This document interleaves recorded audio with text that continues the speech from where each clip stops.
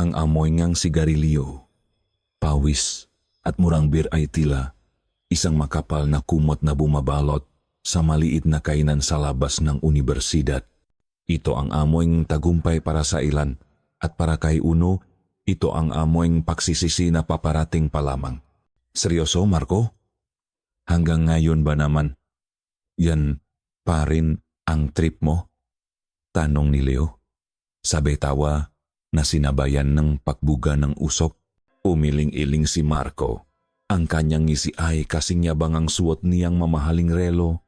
Bakit? May mas magandang libangan ba kaysa sa paglalaro sa damdamin ng tao? It's the ultimate game, bro. Psychology. Itinuro niya ang botengang beer kay Uno. At si Uno, ang henyo natin sa engineering. Kailangan niyang patunayan na hindi lang siya puro numero at bakal. Kailangan niyang puso. O kahit man lang, ang galing na magpanggap na mayroon siya.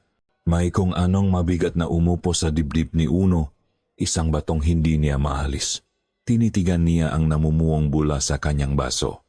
Isang linggo na lang bago ang mahal na araw.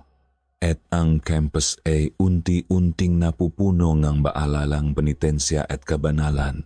Ngunit dito sa kanilang mesa, ang tanging kabanalan ay ang paglapastangan sa kapwa. Ano ba ang premyo? Tanong ni Uno. Ang boses ay mas mahina kaysa sa kanyang ninanais. Isang bahagi niya ay umaasang napakataas ng premyo para tanggihan, para bigyan ng kahit anong rason ang sarili sa kahayupang gagawin. 20,000 pesos. Mabilis na sagot ni Marco at nagiyawan ang iba pa nilang kasama. At higit sa lahat, bragging rights. Ang civil engineering heartthrob na si Uno napasagot ang pinakawirdo sa buong universidad. Ang tinutukoy nila ay si Isa. Hindi siya kilalang marami. Hindi siya kasali sa mga organisasyon. Hindi siya tumatambay sa mga sikat na lugar. Ang tanging alam nila tungkol sa kanya ay tuwing sasapit ang linggo ngang mahal na araw, naroon siya nakaupo sa isang bangko malapit sa lumang kapilya ng kampus, nakasuot ng simpleng bestida at sinalas. Tahimik na naglalala ng gadahon ng niyok upang gawing palaspas. Tila isa siyang multo mula sa ibang panahon. Ang kanyang balat ay kayumanggi, hinahalikan ng araw na hindi galing sa Maynila. Ang kanyang buhok ay itim na itim, mahaba at tuwid. Ngunit ang pinakapansin na pansin sa kanya ay ang kanyang mata. Malungkot ang iyon. Tila may dalang bigat na hindi kayang unawain ng kahit sino sa kanila. Yung probinsyana? Yung nagtitinda ng palaspas? Muling tanong ni Uno. Halos pabulong. The one and only. Sagot ni Marco, sabay kindat. Ang mechanics. Paibigin mo siya. Make her believe you're the one. Kailangan umamin siya sa'yo na mahal ka niya sa harap namin. Bago mag-Biyernes Santo, piece of cake lang yan sa'yo, di ba? Naramdaman ni Uno ang matiting ang kanyang kaibigan. Ang titing ng pahamon, ng pang-aasar, sa mundong ginagalawan nila. Ang pag-atras ay tanda ng kahinaan. At si Marco, eksperto sa paggamit ng kahinaang iyon laban sa'yo. Ayoko, Marco. Matigas na sabi ni Uno. Iba na lang. Nawala ang ngisi ni Marco. Anong sabi mo? Sabi ko ayoko. Hindi, tama yan. Tumawa si Marco, ngunit walang saya sa tawang iyon, malamig, mapanghusga. Hindi tama? Uno, huwag ka ngang magmalinis. Lasem, sinong tumulong sa'yo sa project mo nung nakasakit ka? Sinong nagpahiram sayong kotse nung nasira yung sayo? Utang na lubro. Isang maliit na laro lang to. Huwag mong sabihing duwag ka. Sinakmal ng hiya si Uno. Totoo ang lahat ng sinabi ni Marco. At ang salitang duwag ay tumara sa kanyang pakalalaki na parang kutsilyo. Napabuntong hininga siya Isang tunog NG Paksuko, sige na. Pero pagkatapos nito, quits na tayo. Muling bumalik ang ngiti sa malabi ni Marco. Itinaas nito ang kanyang bote. To the game, anunsyo niya. Nakbanggaan ang mabote. Isang tunok na parakay. Uno ay hudyat ng simula ng kanyang kasalanan. Kinabukasan, pinano ni Uno si Isa mula sa malayo. Naroon na naman siya sa kanyang pwesto. Ang madaliri ay sanay na sanay sa pagsasayaw sa pagitan ng maberdeng dahon. Bawat lala, bawat tupi ay may dalang sining at katiyagaan. Walang nakakaalam kung paano niya nagagawang perpekto ang bawat krus at ibon na kanyang nililikha. Ilang araw niyang pinag-aralan ang babae. Nakikita niya itong mag-isang kumakain sa karinderya, nagbabasang libro sa library, tahimik na naglalakad pauwi. Palagi siyang mag-isa. Palaging may distansya sa pagitan niya at ng mundo. Habang tumatagal, ang bigat sa kanyang dibdib ay nagiging mas matindi. Ang plano ay lokohin ito, paasahin, at pagkatapos ay durugin ang puso sa harap ng lahat. At para saan? Sa 20,000 piso at sa mayabang na paktawan ni Marco? Hindi. Hindi niya kaya. Noong Miyerkules ng hapon, habang abala si Isa sa paglalala, tinipon ni Uno ang lahat ng kanyang lakas ng loop, nilapitan niya ito. Ang bawat hakbang ay tila 1 milya ang layo. Hay, panimula niya. At naramdaman niya ang kabobohan sa sariling boses. Nagangat ng tingin si Isa. Ang kanyang nga mata, sa malapitan, ay mas malalim pa kaysa sa kanyang inaakala. Walang gulat sa maiyon. Tila inaasahan na niya ang kanyang pagdating. Hello? Sagot nito. Ang boses ay mahinahon at malinaw. Ako si Uno. Sabi niya, sabay lahat ng kamay. Engineering. Tinitigan ni Isa ang kanyang kamay ng ilang segundo bago ito marahang inabot. Ang kanyang palat ay magaspang sa ilang bahagi. Tanda ang kanyang gawain, ngunit mainit. Isa, alam ko. Mabilis na sabi ni Uno at agad itong pinagsisihan. Nakikita kasi kita palagi dito. Tumango lang si Isa at bumalik sa kanyang ginagawa. Ang katahimikan ay nakakabingi. Lahat ng pinraktis na linya ni Uno sa harap ng salamin ay naglaho. Gusto ko lang. Gusto kong magsorry. Biglang lumabas sa kanyang bibig. Natigilan sa paglalala si Isa. Muli siyang tiningnan nito. Ngayon ay may bahid ng pagtataka. Para saan? Humingang malalim si Uno. Ito na yon. May pustahan kasi pag-amin niya. Yung nga, kaibigan ko. Pinagpustahan kanila na kailangan kitang paibigin. Inaasahan ni Uno ang galit, ang pag-iyak, ang pagtataboy.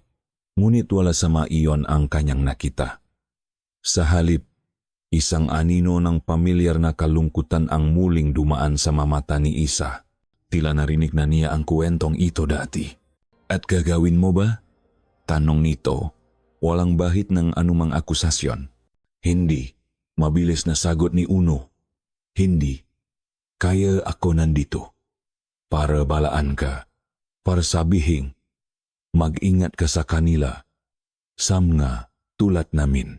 Tinitigan siya ni Isa ng matagal. Sinusuri, tinitimbang. Pagkatapos ay isang maliit, halos hindi mahahalata, na ngiti ang sumilay sa kanyang maalabi. Ngunit hindi ito umabot sa kanyang mata. Salamat sa babala. Uno, sabi niya, at bumalik na sa paglalala. Nang palaspas na parabang wala silang pinag-usapan. Naiwang nakatayo si Uno. Hindi alam ang gagawin. Ganun lang yon, walang drama, walang tanong. Ang pagiging kakaiba ni Isa ay mas lalo lang naging isang malaking misteryo. Gabi na nang maisipan niyang umuwi. Habang naglalakad palabas ang campus, muli niyang natanaw si Isa. Paliko ito sa isang madilim na eskinita, isang bahagi ng universidad na bihira ng daanan, kung saan nakatayo ang isang dambuhalang puno nga akasya na mas matanda, pasam nga gusali. Dala ang hindi may paliwanag na pag-usisa, palihim siyang sumunot. Nagtago siya sa likod ng isang pader. Sapat lang ang layo para hindi siya makita, ngunit sapat ang lapit para manmanan ito. Nakatayo si Isa sa ilalim nga sanga nga akasya, nakatinggala sa buwan na bahagyang natatakpan ng naulap. Hindi ito gumagalaw. Akala ni Uno ay nagpapahinga lang ito, ngunit maya-maya narinig niya ito. Isang bulong. Hindi ito Tagalog. Hindi rin English. Ito ay isang tunog na malalim, gutural, tila nanggagaling sa kaibuturan ng lupa. Ang masalita ay makakadikit, parang agos ng tubig sa ilog. Sinauna at hindi maintindihan. Kinilabutan si Uno. Naramdaman niya ang panalaming kanyang batok kasabay ng pagtinding kanyang mabalahibo, tila may bumara sa kanyang lalamunan. Walang ibang tao doon. Si Isa ay mag-isa, ngunit malinaw na may kausap siya. Isang kausap na tanging siya lang ang nakakakita sa anino ng lumang punong akasya. Ang takot para kay Isa ay hindi isang biglaang sigaw sa dilim. Ito ay isang mahinang ugong na palaging naroon, ang kasama niya sa pagising sa umaga at ang huling bumubulong sa kanya bago matulog. Ito ang bigat sa kanyang mabalikat, ang lamig sa kanyang kamay, ang dahilan kung bakit palagi siyang nakatingin sa nga anino. Ang paglapit ni Uno ay hindi niya ikinagulat. Ilang araw na niyang nararamdaman ang mga mata nito sumusunod sa bawat galaw niya. Hindi ito ang unang pagkakataon sa buong buhay niya. Palaging may mga matang nakamasid, ang iba'y dala ng pag-usisa, ang iba'y dala ng masamang hangarin. Natutunan na niyang kilalanin ang pagkakaiba. Ngunit ang mata ni Uno ay iba. May pag-alinlangan, ngunit mayroon ding isang bagay na hindi niya pa nakikita dati, konsensya. Nang aminin nito ang tungkol sa pustahan, isang pamilyar na kirot ang kanyang naramdaman. Isa na namang laro. Isa na namang biro na siya ang sentro. Ngunit ang mabilis nitong pagtanggi na ituloy ang plano, ang babala sa kanyang malabi, iyon ang bago. Sa kauna-unahang pagkakataon, isang tao mula sa mundong iyon ang lumapit sa kanya, hindi para manakit, kundi para magbigay ng kalasag. Salamat sa babala, Uno, sabi niya. At ang mga salitang iyon ay mas totoo kaysa sa inaakala ngang binata. Nagpapasalamat siya hindi dahil iniligtas siya nito mula sa isang durok na puso sanay na siya ron, kundi dahil sa isang panandaliang pag-asa na marahil hindi lahat ng tao ay pare-pareho. Matapos ang kanilang pag-usap, naramdaman niyang nanatili ito. Pinanot siya. Nang gabing iyon, sa ilalim ng matandang punoong akasya, isinagawa niya ang kanyang ritual, ang mga sinaunang bulong na itinuro sa kanya ni Lola Tasing. Hindi ito dasal para sa mga santo. Ito ay dasal para sa proteksyon mula sa manilalang na hindi nakikita ng karamihan. Isang pakiusap sa mga espiritong lupa at hangin na ilihis ang masasamang mata na itago siya sa kanilang paningin. Sa ngalan ng lupang tinatapakan, sa hanging humihinga, ilayo ang masamang hangarin, itago ang kaluluwang nanganggamba. Alam niyang naroon pa rin si Uno, nakmamasid mula sa dilim. Isang bahagi niya ang natakot na baka isipin nitong isa siyang baliw. Ngunit ang mas malaking bahagi niya ay hindi na nagulat. Tila bahagi ng kanyang tadhana na unti-unting mabunyak ang kanyang kakaibang mundo.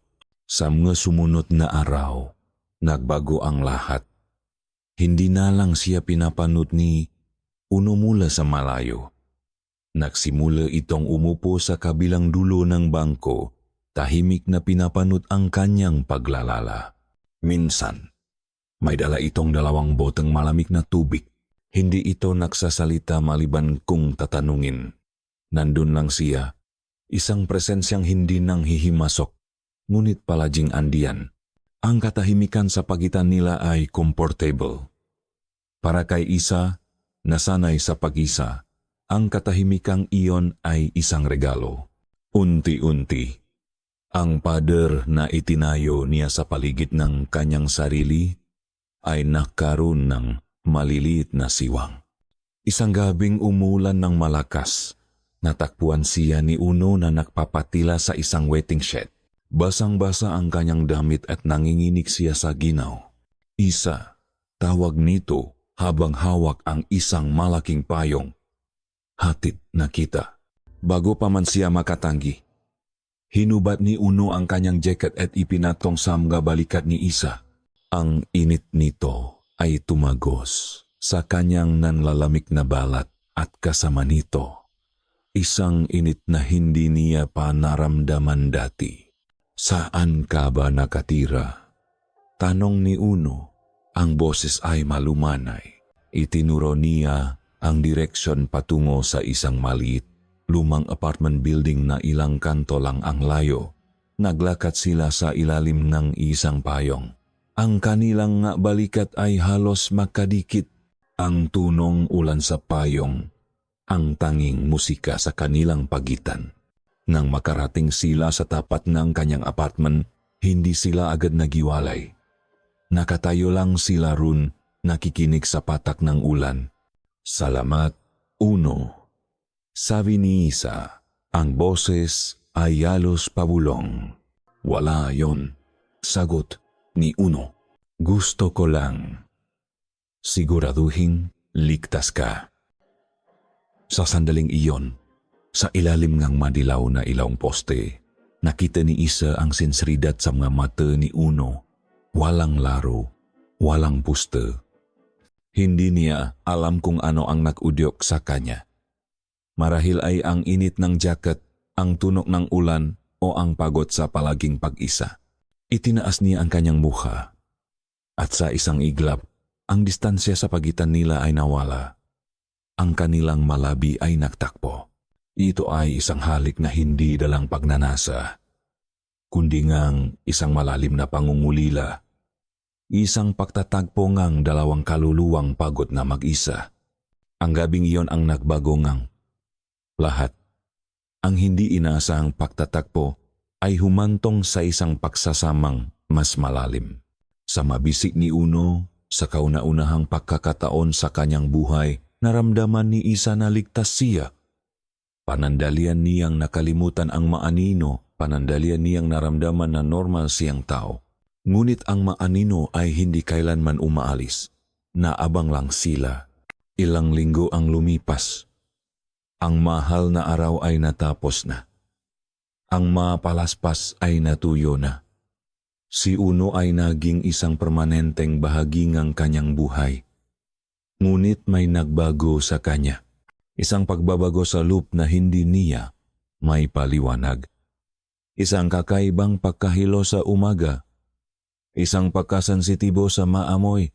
Kinumpirma ngang isang murang pregnancy test mula sa botika ang kanyang hinala. 2 bulang linya. Isang hatol. Ang ugong ng takot na panandalian niyang kinalimutan ay bumalik. Mas malakas, mas nakabibingi. Hindi lang ito takot para sa kanyang sarili. Ito ay takot para sa isang buhay na nagsisimula pa lamang sa kanyang sinapupunan. Isang buhay na posibleng makmana ngang sumpang kanyang tinatakasan. Kailangan niyang sabihin kay Uno, Gabi. Pinuntahan niya si Uno sa apartment nito. Inabot niya ang test kit ng walang salita. Nakita niya ang pagbabago sa mukha ni Uno mula sa pagkalito, patungo sa pagkabigla at sa huli, isang emosyong hindi niya mabasa. Ito ba? Totoo ba to? Tanong ni Uno. Ang boses ay nanginginig. Tumango si Isa. Pinipigilan ang maluhang nagbabadiyang tumulo. Ilang minutong katahimikan. Para kay Isa, ang bawat segundo ay isang pagdurusa. Inaasahan na niya ang pagtanggi, ang galit. Inihanda na niya ang sarili na muling mag-isa. Ngunit lumapit si Uno. Hinawakan nito ang kanyang makamay. Ang maiyon ay malamig at bahagyang nanginginig, ngunit ang pagkakahawak ay mahigpit, punong katiyakan. Okay, sabi ni Uno. Huminga itong malalim na tila kumukuha ang lakas mula sa hangin. Okay. Pananagutan ko to, Isa. Pananagutan natin to. Ang maluhang kanina pa pinipigilan ni Isa ay tuluyan ng bumagsak. Hindi ito luhang lungkot, kundi ngang isang emosyong napakatagal na niyang hindi naramdaman ginhawa. Sagit hanggang bagong takot na bumabalot sa kanya. May isang sinangang liwanag. Hindi na siya nag-iisa. Niyakap siya ni Uno at sa yakap na iyon, naramdaman niya ang pangako, isang pangakong hindi binitiwan sa ilalim ng ulan, kundi sa harap ng isang katotohanang babago sa kanilang buhay magpakailanman. Nang gabing iyon, matapos ang mahaba at mabigat na pag-usap tungkol sa kanilang kinabukasan, umuwi si Isa sa kanyang apartment na may kaunting pag-asa sa kanyang puso. Pinili niyang maniwala na marahil ito na ang simula ng isang normal na buhay na matagal na niyang inaasam. Marahil ang sanggol na ito ay hindi isang sumpa, kundi isang biyaya na mag-ugnay sa kanila ni Uno. Pumasok siya sa kanyang maliit na kwarto. Ang tanging liwanag ay nakmumula sa sinak ng buwan na tumatagos sa maruming salamin ng bintana. Pagod na pagod ang kanyang katawan at isipan. Humiga siya sa kama, niyakap ang unan at ipinikit ang kanyang mata. Ngunit may mali, isang kakaibang katahimikan ang bumalot sa paligid. Masyadong tahimik. Wala siyang marinig na ingay nga sasayan mula sa labas. Wala ang alulong nga asong kapitbahay. Tila ang buong mundo ay biglang huminto sa paghinga. At pagkatapos, narinig niya ito. Isang tuno na pamilyar at kasuklam-suklam, ang mahinang pagaspas. Hindi ito tunong ng ibon. Ito ay mas mabigat, mas malaki. Tunong ng balat, hindi balahibo na humahampas sa hangin. Nagmumula ito sa itaas. Sa bubong, napamulat si Isa. Ang puso niya ay biglang kumabog ng napakabilis. Ang pamilyar na ugong ng takot ay naging isang dagundong sa kanyang dibdib. Narinig na niya ang tunok na ito dati sa kanyang panaginip sa makwento ni Lola Tasing. Ngunit ngayon, ito ay toto. Ito ay narito. Dahan-dahan siyang bumangon. Bawat galaw ay maingat. Sumilip siya sa bintana na nakaharap sa kalsada. Walang tao, walang sasakyan. Ngunit ang ilaw mula sa poste sa labas ay tila mas madilim. Ang anino ng kanyang gusali ay tila mas mahaba at mas nakakatakot. Lumingon siya sa kabilang bintana. Ang isa na nakaharap sa madilim na eskinita sa likod ng gusali. Dahan-dahan siyang lumapit. Ang sahik na gawa sa kahoy ay lumalangit-nit sa bawat hakbang. Pinigil niya ang kanyang hininga. Sumilip siya sa maliit na siwang ng kurtina. Wala siyang nakita kundi kadiliman. Bumuntong hininga siya. Guni-guni mo lang yan, Isa. Pagod. Ka lang. Akmang tatalikot na siya nang may isang bagay na pumukaw sa kanyang pansin. Ang buwan. Puno ito at maliwanag. Ngunit habang nakatingin siya rito, isang anino ang mabilis na dumaan. Hindi ito anino ay niulap. Ito ay may forma, mahaba, payat, at mayroon itong pakpak. Dambuhala at tila sa isang paniki. Tumayo ang lahat ng balahibo sa kanyang katawan. Nanigas siya sa kanyang kinatatayuan. Ang anino ay dumaan ng napakabilis, ngunit para sa kanya, ang imahe ay nakaukit na sa kanyang isipan, nasusuno na parang isang litrato, napatakip siya sa kanyang bibig upang pigilan ang isang tili. Ito na, sinusundan na siya, natuntun na siya. Ang proteksyong ibinibigay ng pagiging malayo sa probinsya ay wala ng bisa. Ang pakbubuntis niya ay tila, isang parola na tumawak sa kanila mula sa kadiliman.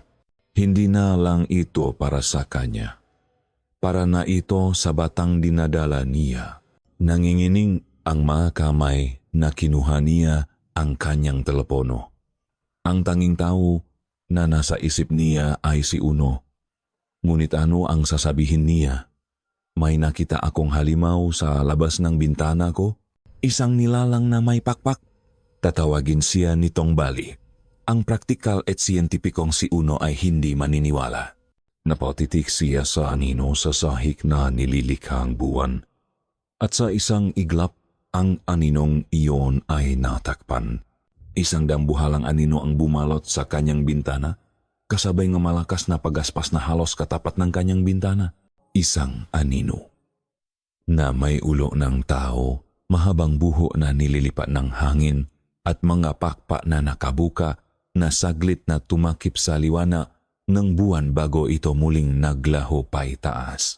Hindi na napigilan ni Isa ang pagsiga. Ang sigaw ni Isa sa telepono ay isang tunog na hinding-hindi malilimutan ni Uno. Ito ay hindi sigaw ng simpleng takot. Ito ay dalisay na lagim. Walang tanong-tanong. Walang pag-aalinlangan. Isinara niya ang kanyang libro sa engineering at tinakbo ang distansya patungo sa apartment ni Isa na parang hinahabol ng demonyo. Naabutan niya itong nakasandal sa pader. Nanginginig, ang mukha ay putlang-putla na parang papel. Ang mga mata nito ay nakatutok sa bintana na parabang may isang halimaw na nakatitik pabalik. Isa, anong nangyari? Tanong ni Uno.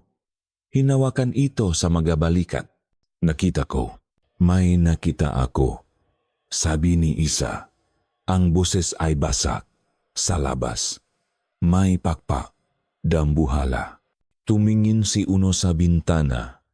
Wala siyang nakita kundi ang karaniwang gabi sa Maynila, ang madilaw na ilaw ng maposte, ang paminsan-minsang aninong pusanggala.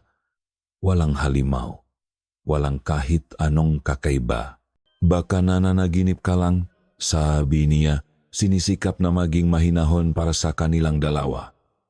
Stress lang yan, dahil sa, alam mo na, umiling si Isa.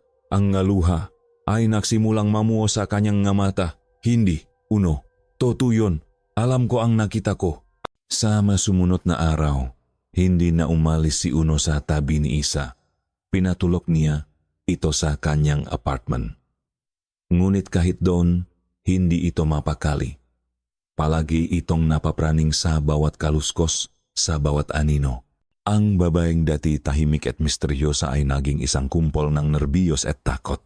Nakikita ni Uno ang pagbabago at kahit hindi siya naniniwala sa mga halimaw, naniniwala siya sa takot na nakikita niya sa mga mata ni Isa.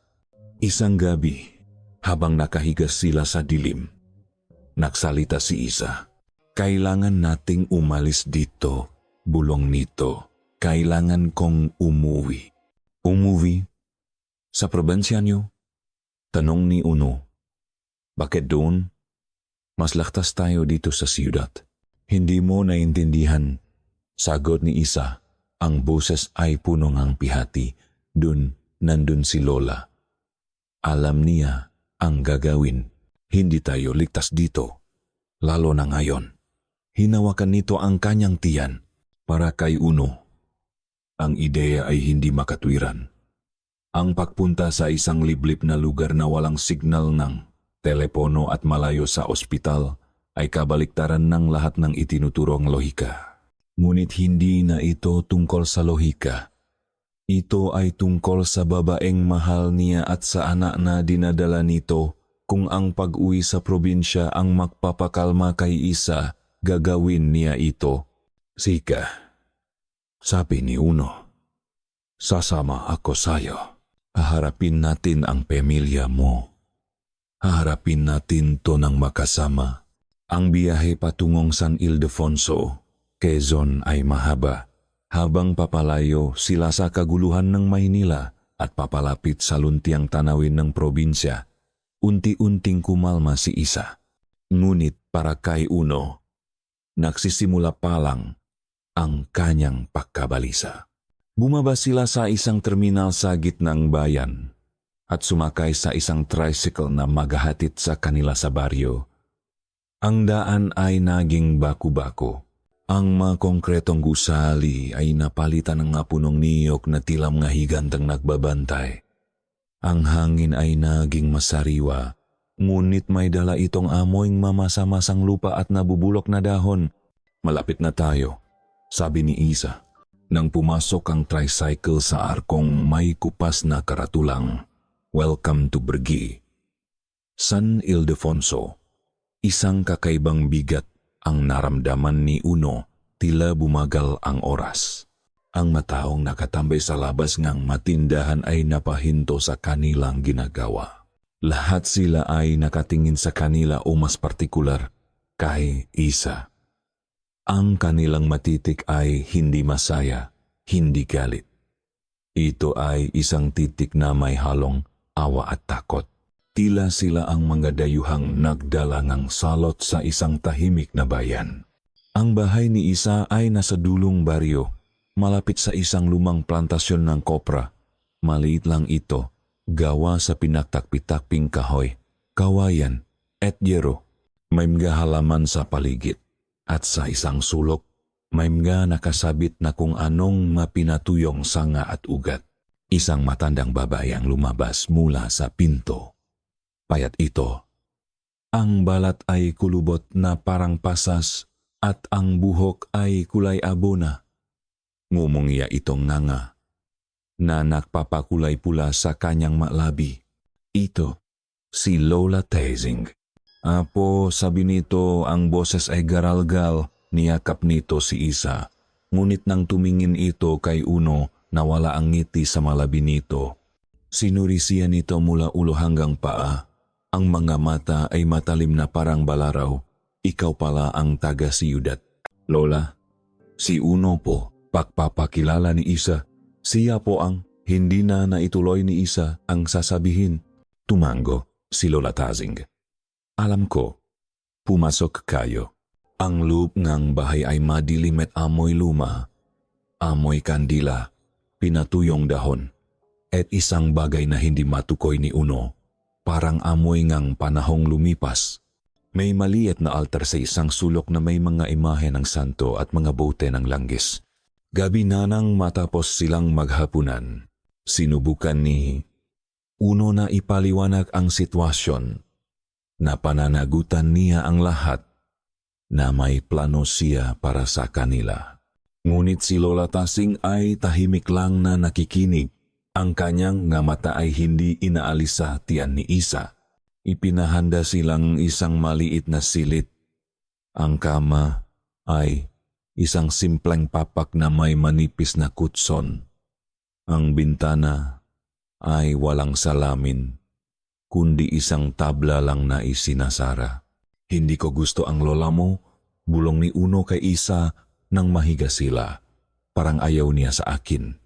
Hayaan mo na Sil, sagot ni Isa. Ganyan lang talaga yun. Ang mahalaga, narito na tayo, ligtas na tayo. Ngunit habang sinasabi iyon ni Isa, alam ni Uno na hindi siya kumbinsido. Ang pakiramdam na pinapanot sila ay hindi nawala. Sa katunayan, mas lalo pa itong tumindi. Tila ang buong baryo, ang napuno, ang hangin, ay may mga matang nakatutok sa kanilang munting silid. Pagod sa biyahe, mabilis na nakatulog si Uno. Ngunit sa gitna na gabi, nagising siya. Hindi dahil sa isang ingay, kundi dahil sa biglaang pagkawala nito.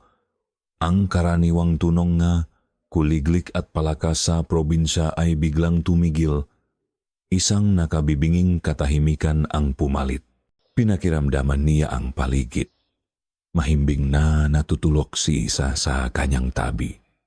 Tumayo siya at dahan-dahang naglakad patungo sa bintana. Binuksan niya ito ng kaunti.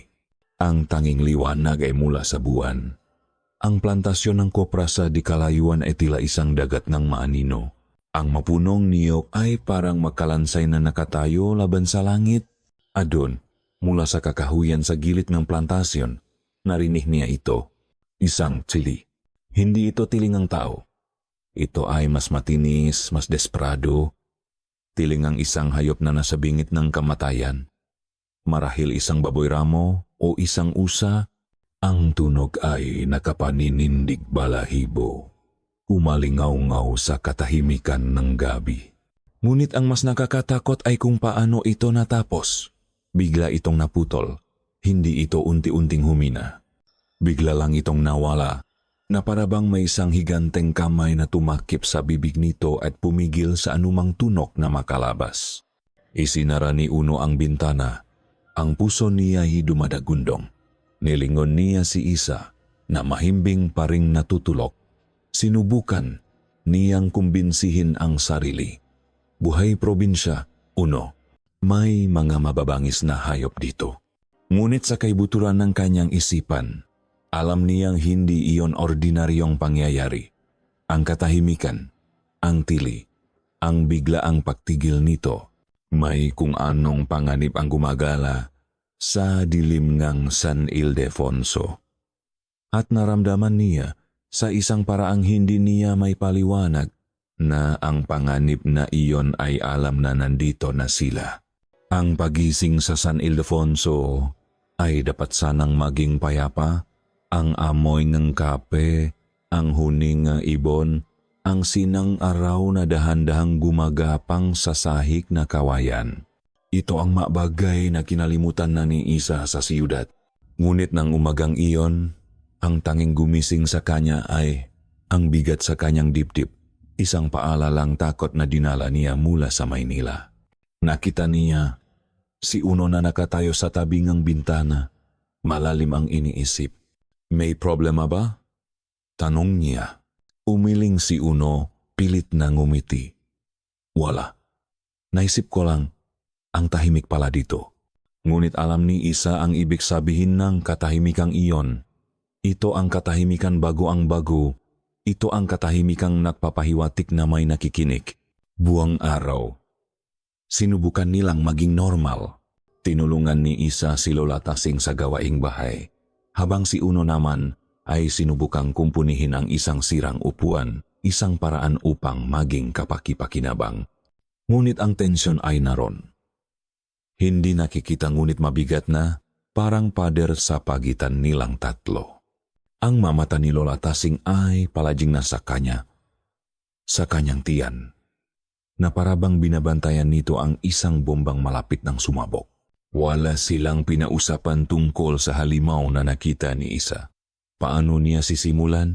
Paano niya ipapaliwanag sa isang taong tulad ni Uno ang isang katotohanang kahit siya ay hirap tanggapin? Dumating ang gabi. Mas maaga silang nakapunan. Pagkatapos, ipinilit ni Lola Tasing na isara ang lahat ng bintana at pinto kahit na napakainit ng panahon. Para hindi pasukan ng lamok, sabi nito, ngunit alam ni Isa na hindi lamok ang kinatatakutan ng kanyang lola. Nasa loob silang kanilang silid. Ang tanging ilaw ay mula sa isang gasra na nagbibigay buhay sa mga anino sa dingding. Si Uno ay nakbabasa ng isang lumang libro, ngunit ang kanyang mamata ay hindi gumagalaw.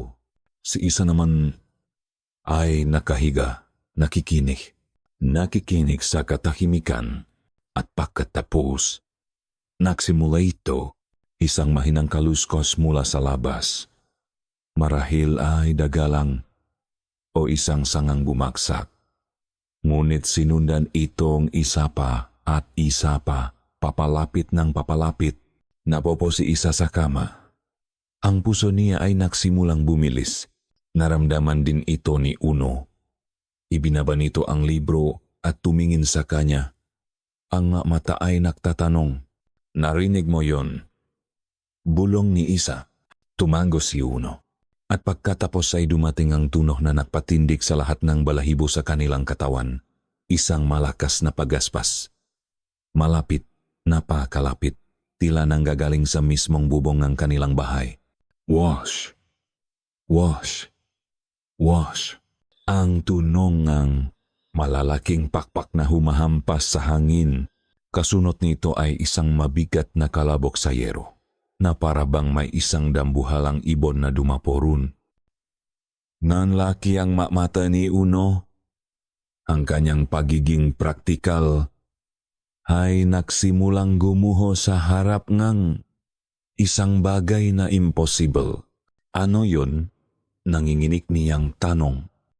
Nandito na siya. Sagot ni Isa. Ang takot ay gumagapang sa kanyang lalamunan. Mula sa bubong, narinig nila ang tunog ng pakalmot. Mahahaba, mabagal na kalmot sa yero, na parabang sinusubukan nitong humanap ng butas ng siwang. Sinundan itong kalmot sa dingding na gawa sa amakan, sa mismong dingding na katabing ang kanilang kama. Kurr, kurr, kurr. Ang tuno ay malapit na parabang isang dangkal na lang ang layo nito sa kanila. Hindi na napigilan ni Uno ang sarili. Tumayo siya at akmang bubuksan ang pinto. Huwag! Sigaw ni Isa, hinila ito pabalik. Huwag kang lalabas. Sa sandaling iyon, bumukas ang pinto ng kanilang silid. Pumasok si Lola Tasing. Walang takot sa mukha nito. Sa halip, mayroon itong determinasyon. May dala itong isang maliit na mangkok na puno ng asin at isang botelya ng langis na kumukulo sa loob nito kahit walang apoy. Manatili kayo dito. Utos nito, ang boses ay matigas at may autoridad na hindi pa naririnig ni Uno dati. Pinanut nila sa gitnang pakalito at takot ang ginawang matanda. Nilagyan ni Lola Tasing ang asin ng bawat sulok ng silid, ang buka ng ang pinto at ang paligid ng bintana habang bumubulong ang salitang hindi nila maintindihan. Isang orasyon. Anong ginagawa niyo? Tanong ni Uno. Proteksyon. Sagot ng matanda, hindi inaalis ang tingin sa gawain. Ang pakalmot sa labas ay tumigil. Napalitan itong isang bagay na mas nakakatakot. Isang mahinang pakungol. Isang tunong gutom at pagkabigo. Nagmumula ito sa labas ng kanilang bintana. Pinahid ni Lola Tasing ang langis sa tabla ang bintana. Sa pakdikit ng langis, isang mahinang usok ang lumabas at kasabay nito, isang nakakapasong tunok mula sa labas na sinundan ng isang galit na sigaw at mabilis na pagaspas palayo. Natahimik ang lahat. Nakatayo silang tatlo sa gitna ng silid. Hinihingal, pinapawisan kahit na malamig ang gabi. Si Uno ay nakatitik kay Lola Tasing. Ang kanyang isipan ay isang magulong halongang pagtataka at hindi paniniwala. Si Isa ay umiyak ng tahimik. Nakayakap sa kanyang sarili. Walang nagsalita hanggang sa pagsikat ng araw. Walang nakatulog. Bawat isa ay nagbabantay. Naghihintay sa pagbabalik ng nilalang sa dilim. Kinabukasan, ang takot ng gabi ay napalitan ng isang malamig at matigas na katotohanan. Pinilit ni Uno ang sarili na lumabas ng bahay. Kailangan niyang makita. Kailangan niyang pruweba. Ang lupa sa paligid ng bahay ay mamasa-masa pa dahil sa hamok at dun, malinaw na malinaw, nakita niya ang nga ito. Mga bakas ng lupa, hindi ito bakas ng tao. Hindi rin ito bakas ng hayop na alam niya. Ito ay mahaba at payat na may 3 daliri sa unahan na nagtatapos sa matutulis na marka na parabang may mahahabang kuko. At sa tabingang nga bakas, sa putikan, may isang bagay na kumikinang sa ilalim ng araw. Lumuhod si Uno. Kinuha niya ito, ilang pirasong balahibo. Ngunit hindi ito ordinaryong balahibo. Ito ay itim na itim, mas itim pa sa gabi.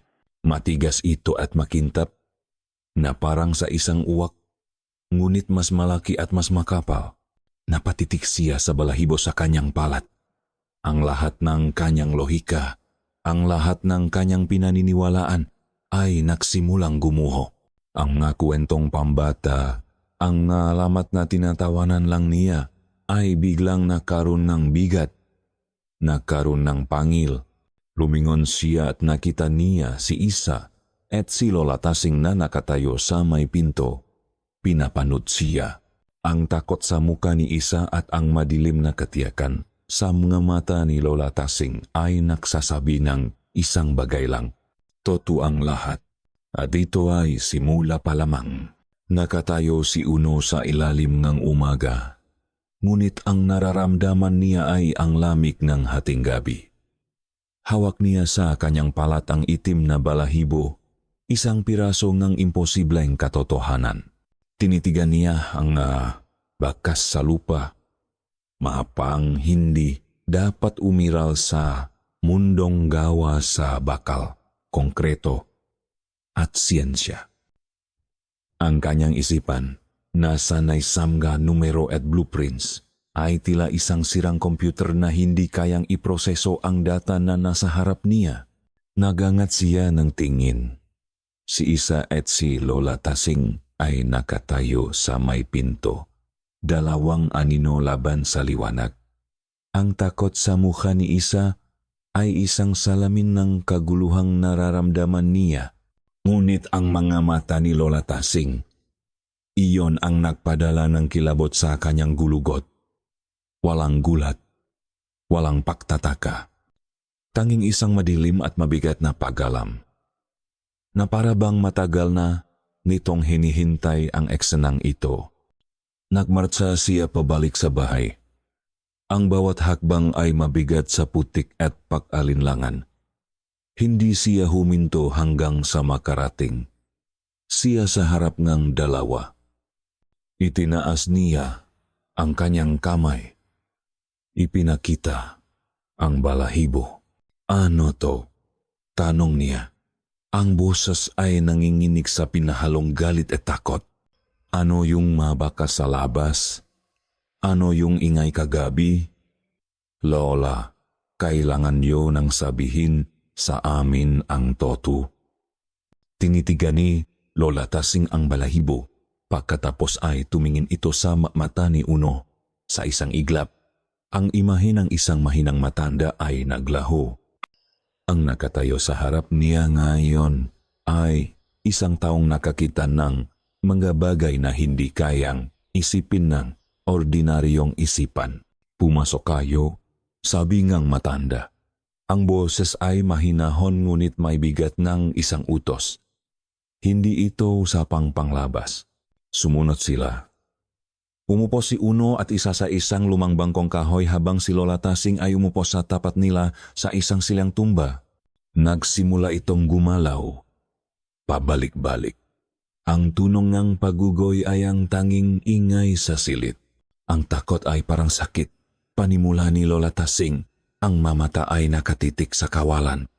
Kung hindi mo alam kung ano ang sanhi nito, hindi mo ito magagamot at lalo ka lang nitong papatayin. Huminga ito ng malalim. Hindi ordinaryong pamilya ang pinakmulan mo, Isa. At ngayon, Uno, bahagi ka na rin nito. Nagsimulang makwento ang matanda. Ang kanyang boses ay tila nanggagaling sa isang napakalayong lugar, sa isang napakatagal ng panahon. Daan-daang taon na ang nakalipas, sabi niya. Ang baryong ito at ang mga karatik lugar ay nasa ilalim ng anino ng isang pamilya. Ang mga Gonzalvo, hindi sila mga asandero, hindi sila mga politiko. Sila ay isang angkan ng aswang. Nanlami si Uno. Aswang? Ang salita ay parang isang biro sa kanyang isipan, ngunit ang paraan ng pagkakasabi ni Lola Tasing ay walang bahid ng pagbibiro. Sila ay malulupit at makapangyarihan, pagpapatuloy ng matanda. Kinukuha nila ang sinumang kanilang naisin. Mahayop, matao, walang sinuman ang nangahas na lumaban. Hanggang sa dumating ang isang ninuno natin. Hindi siya mandirigma. Isa siyang albularyo.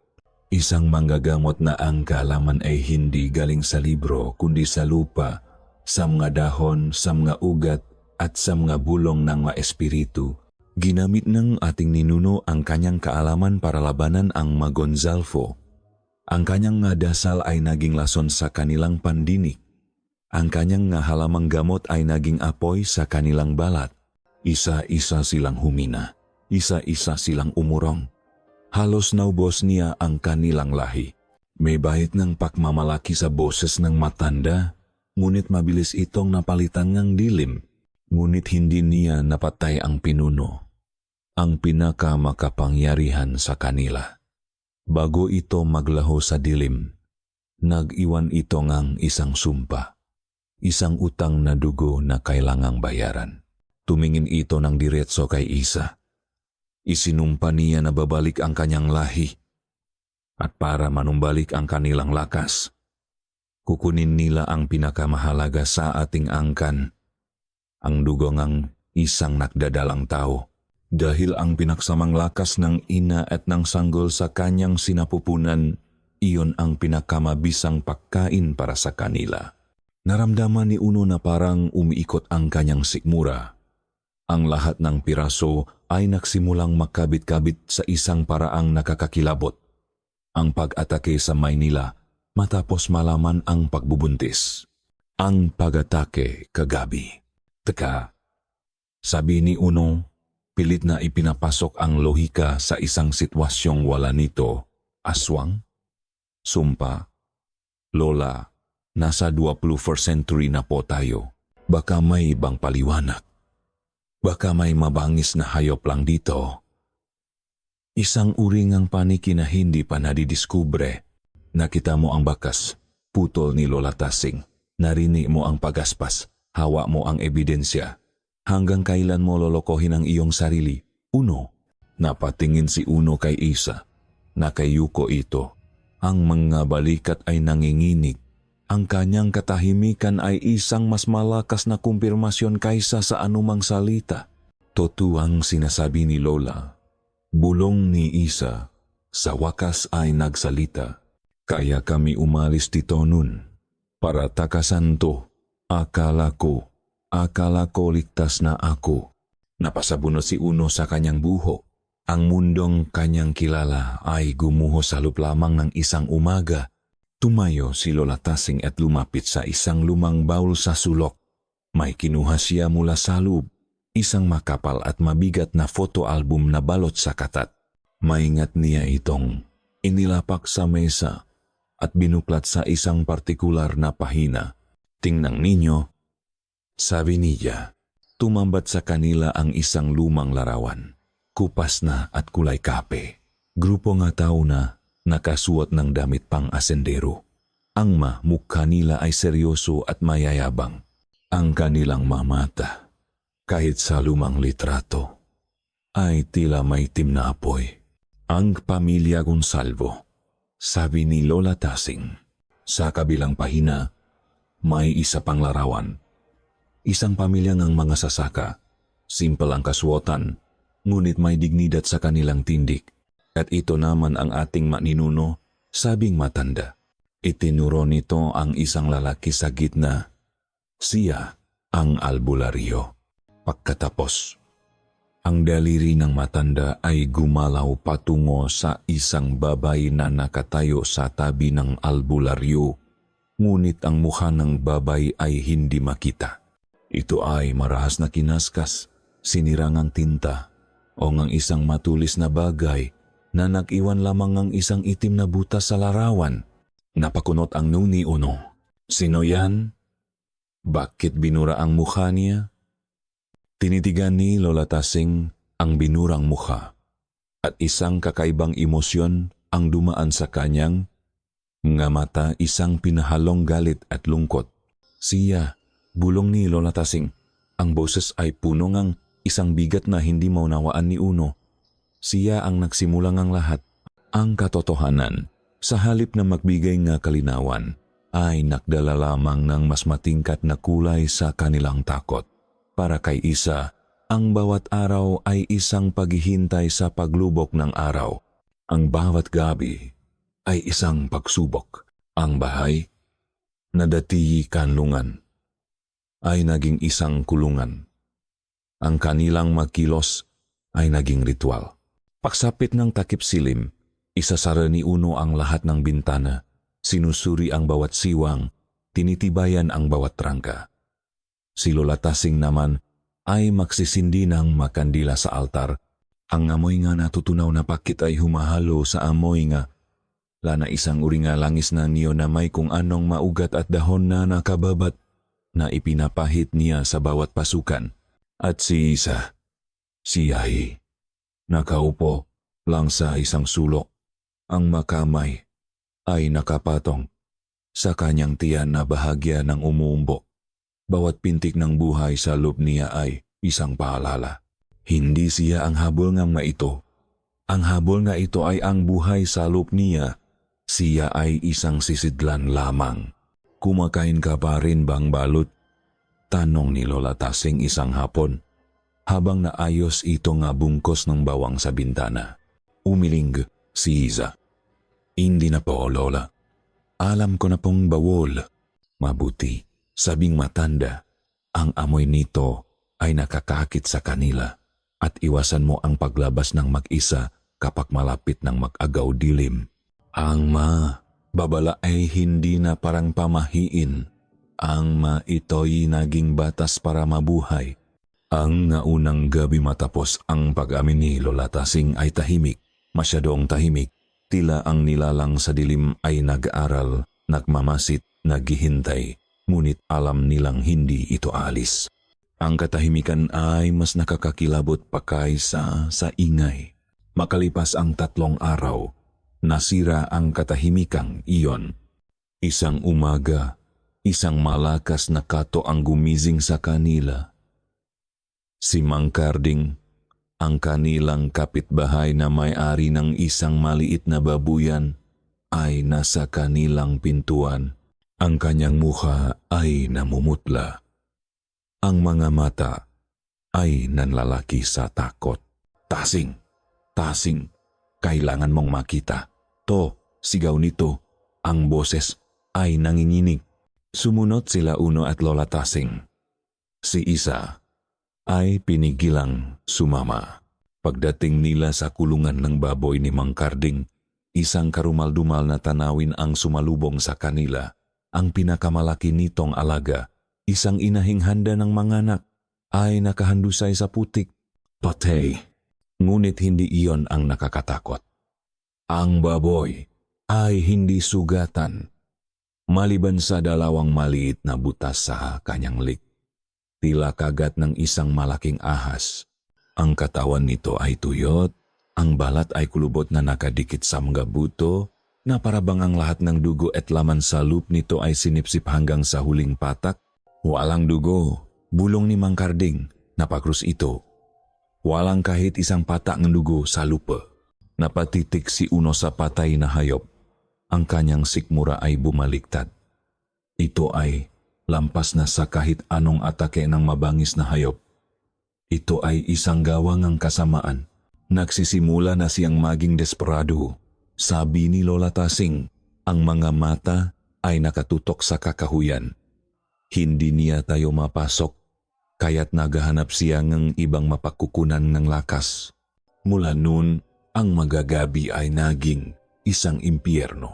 Ang mapag-atake ay naging mas madalas, mas matapang.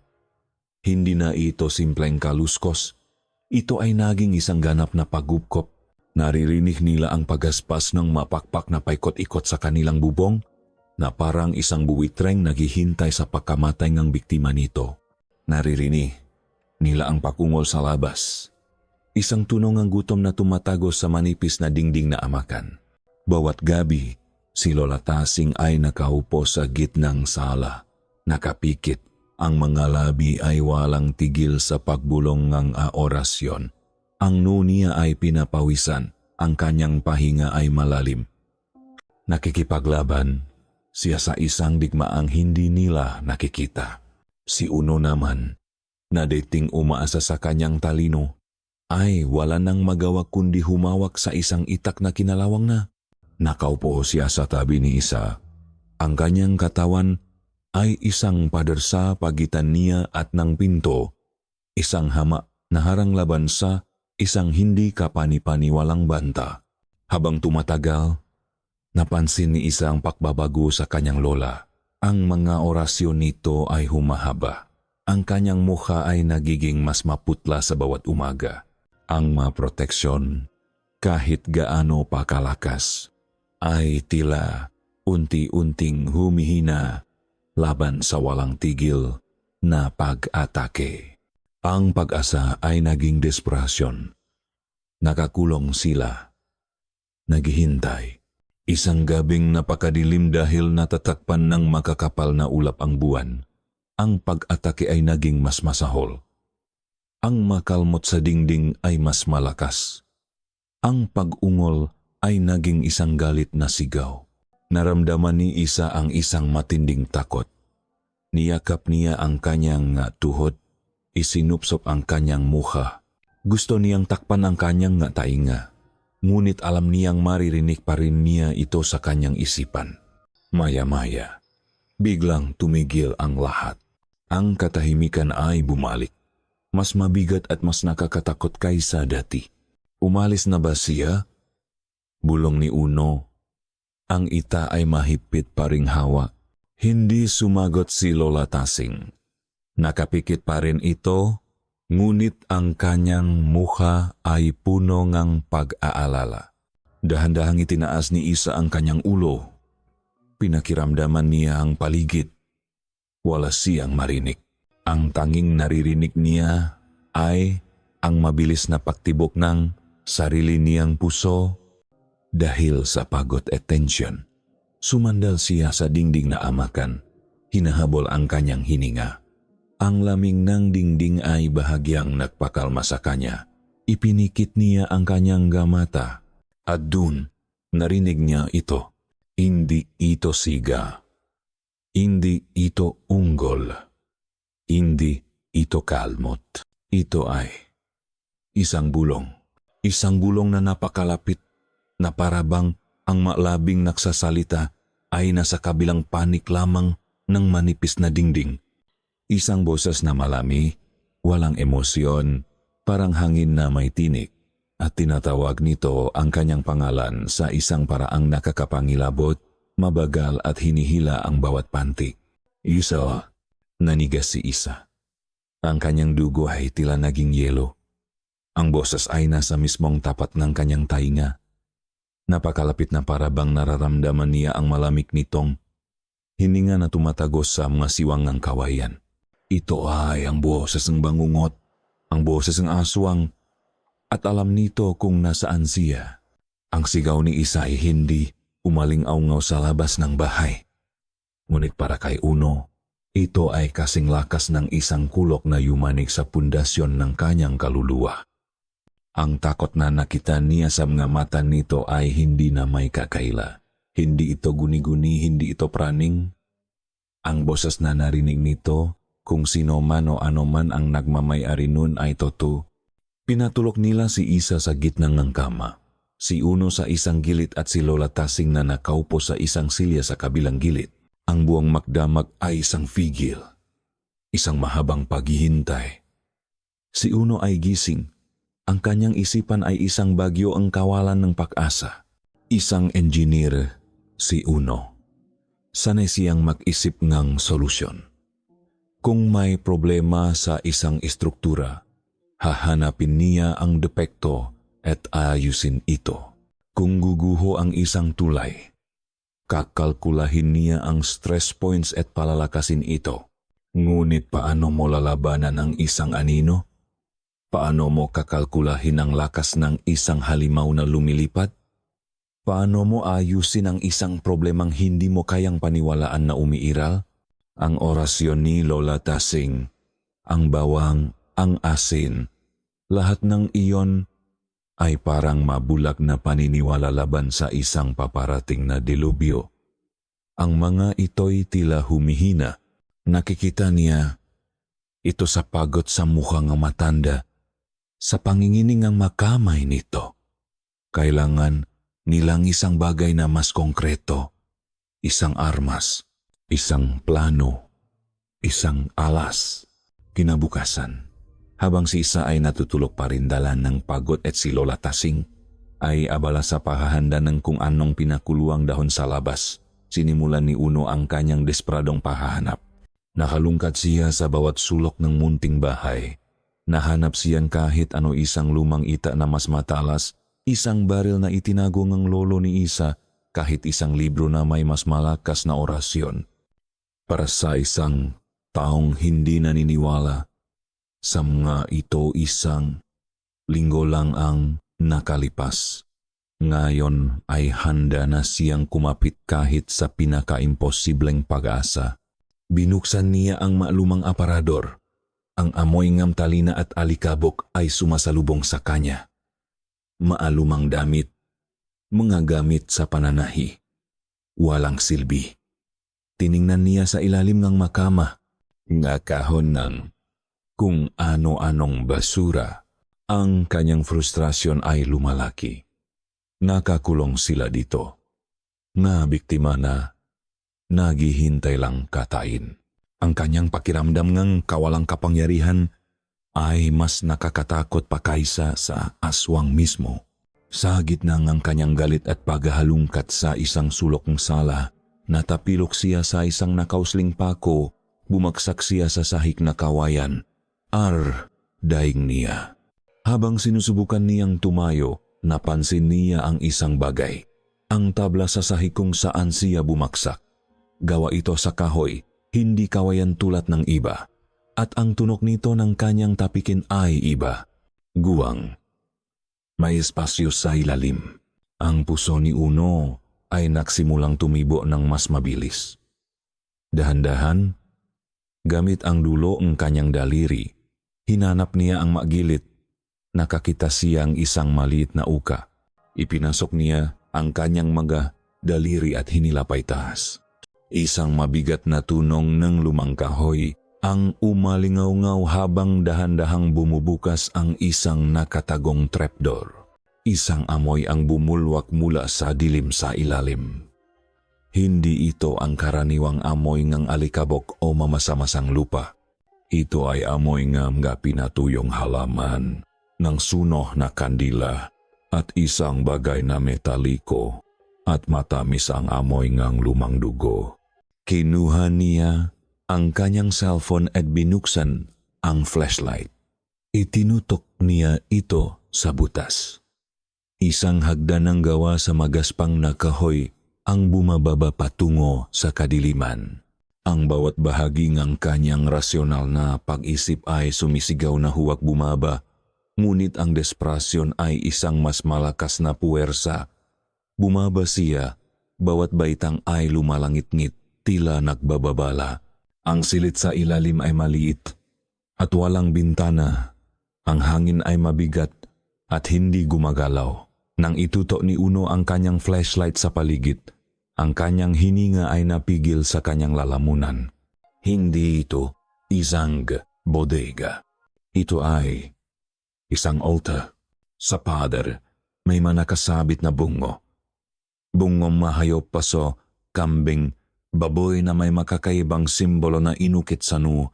Sa isang mesa sa gitna, may manakahanay na bagay.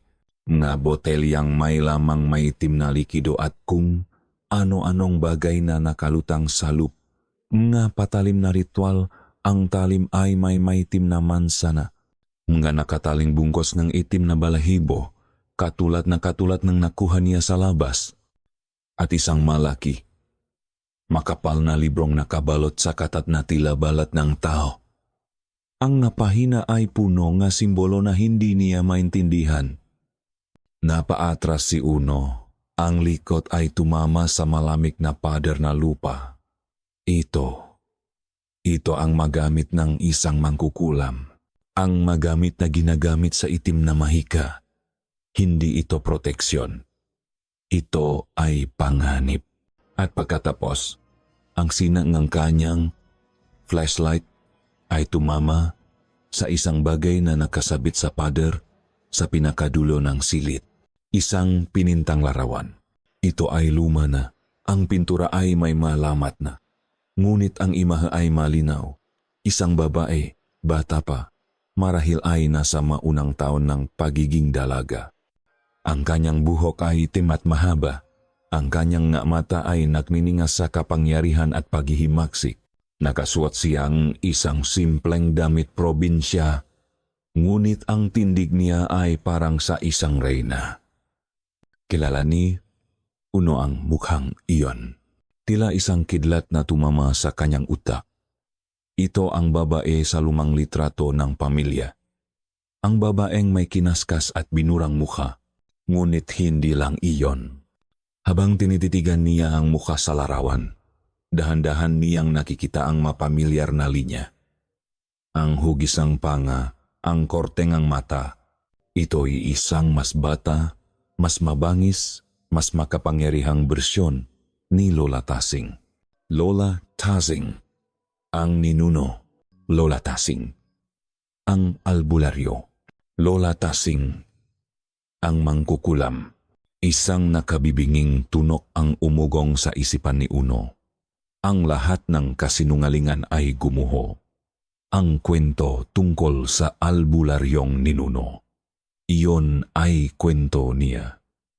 Ang paglaban sa mga Gonzalvo. Siya iyon. Ang madasal ay mga orasyon. Ang proteksyon ay mahika. Sila ay hindi biktima na kanyang tinutulungan. Sila ay mga piyesa sa isang napakatagal ng laro. Sila ay mga sandata. Nakatitik siya sa larawan. Ang cellphone sa kanyang kamay ay nanginginig.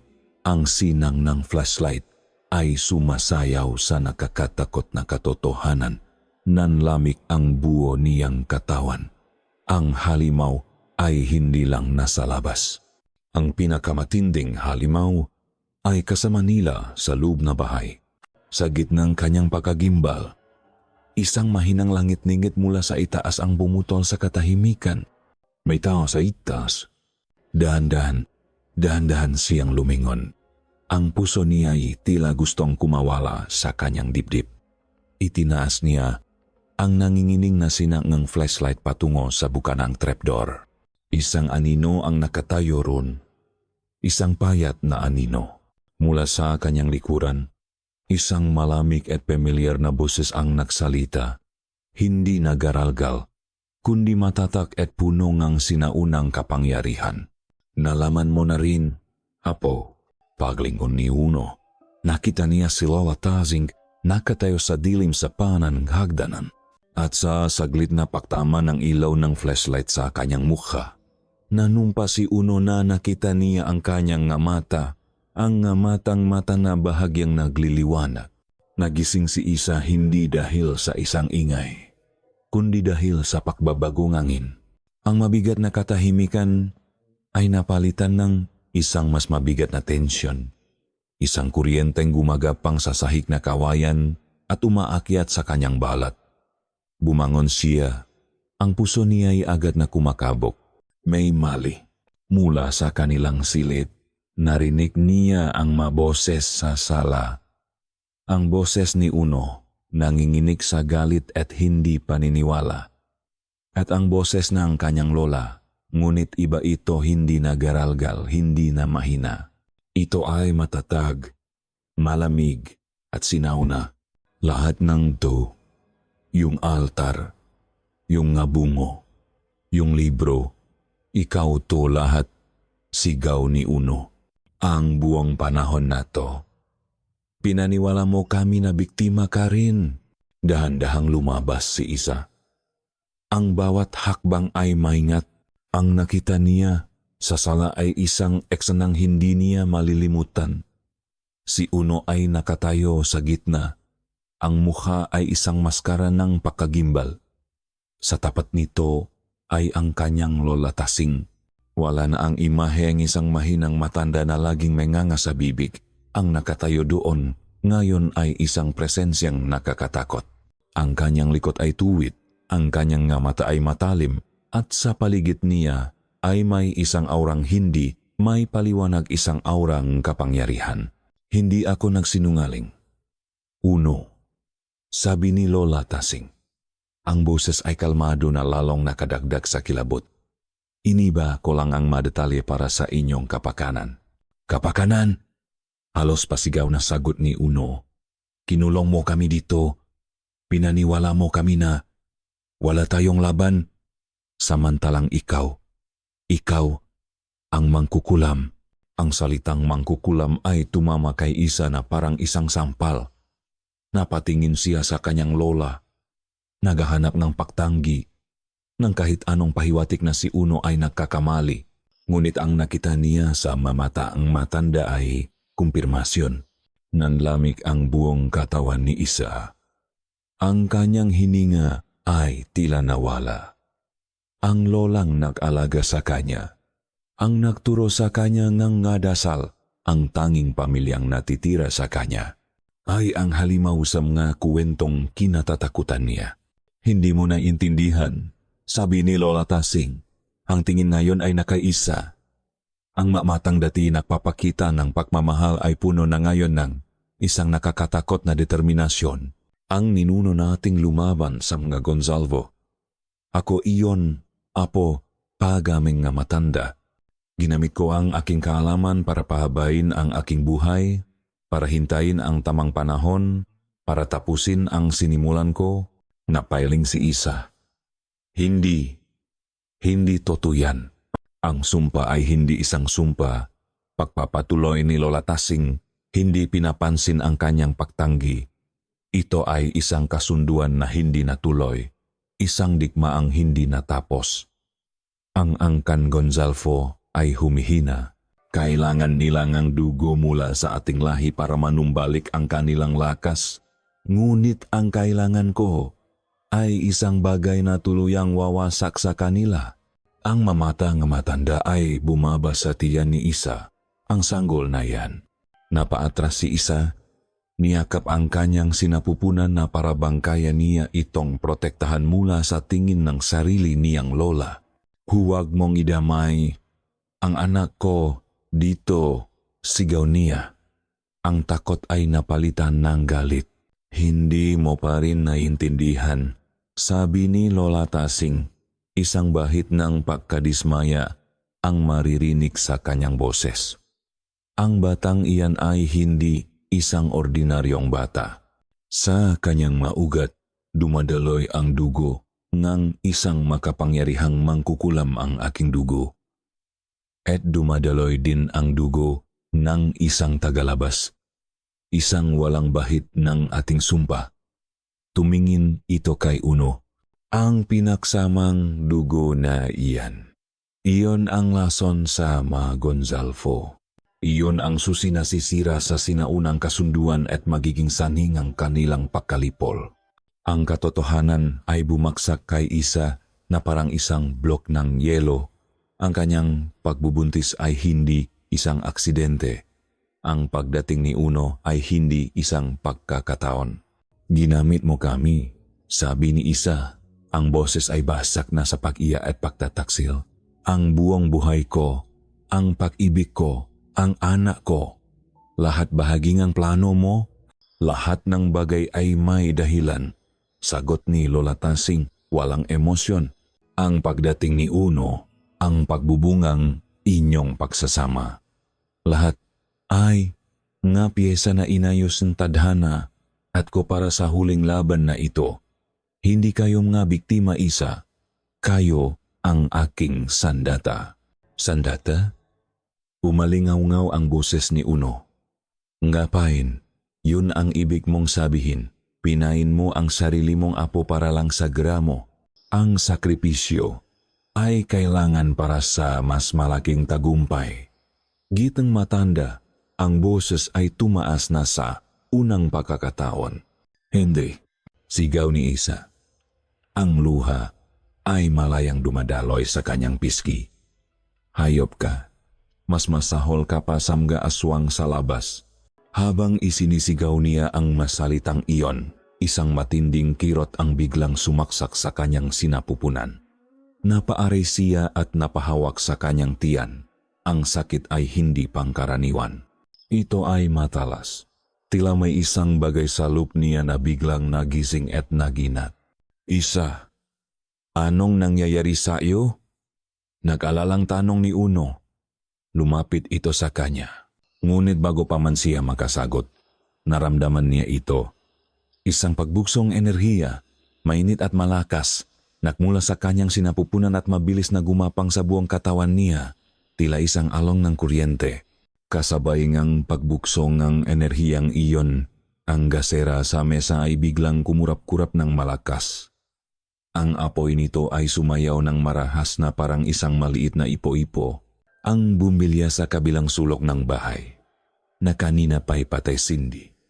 Ay biglang pumutok sa isang malakas na tunok at ulang ng pinong bubog. Ang gasera ay tuluyan ng namatay. Nilamon ang buong bahay sa biglang kadiliman.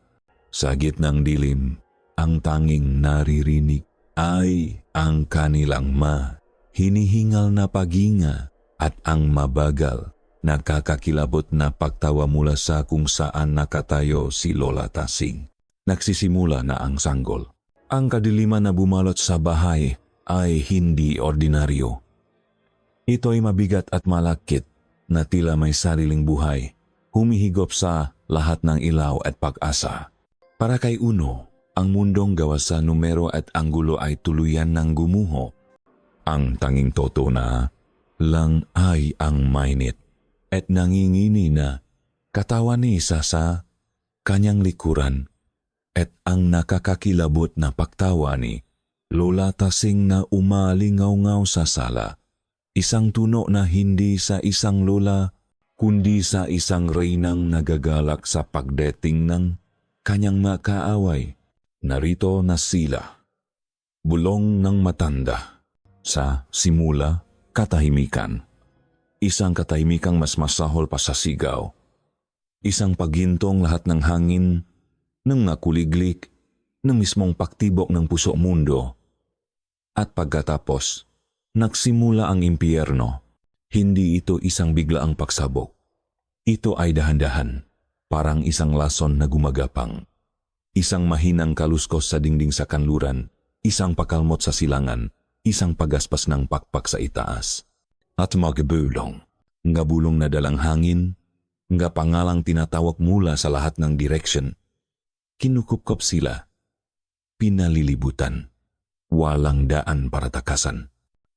Si Lola Tasing ay nakatayo sa gitnang sala, ang kanyang nga kamay ay bahagyang nakataas. Isang mahinang, kulay ube na liwanag ang namumuo sa kanyang nga palat.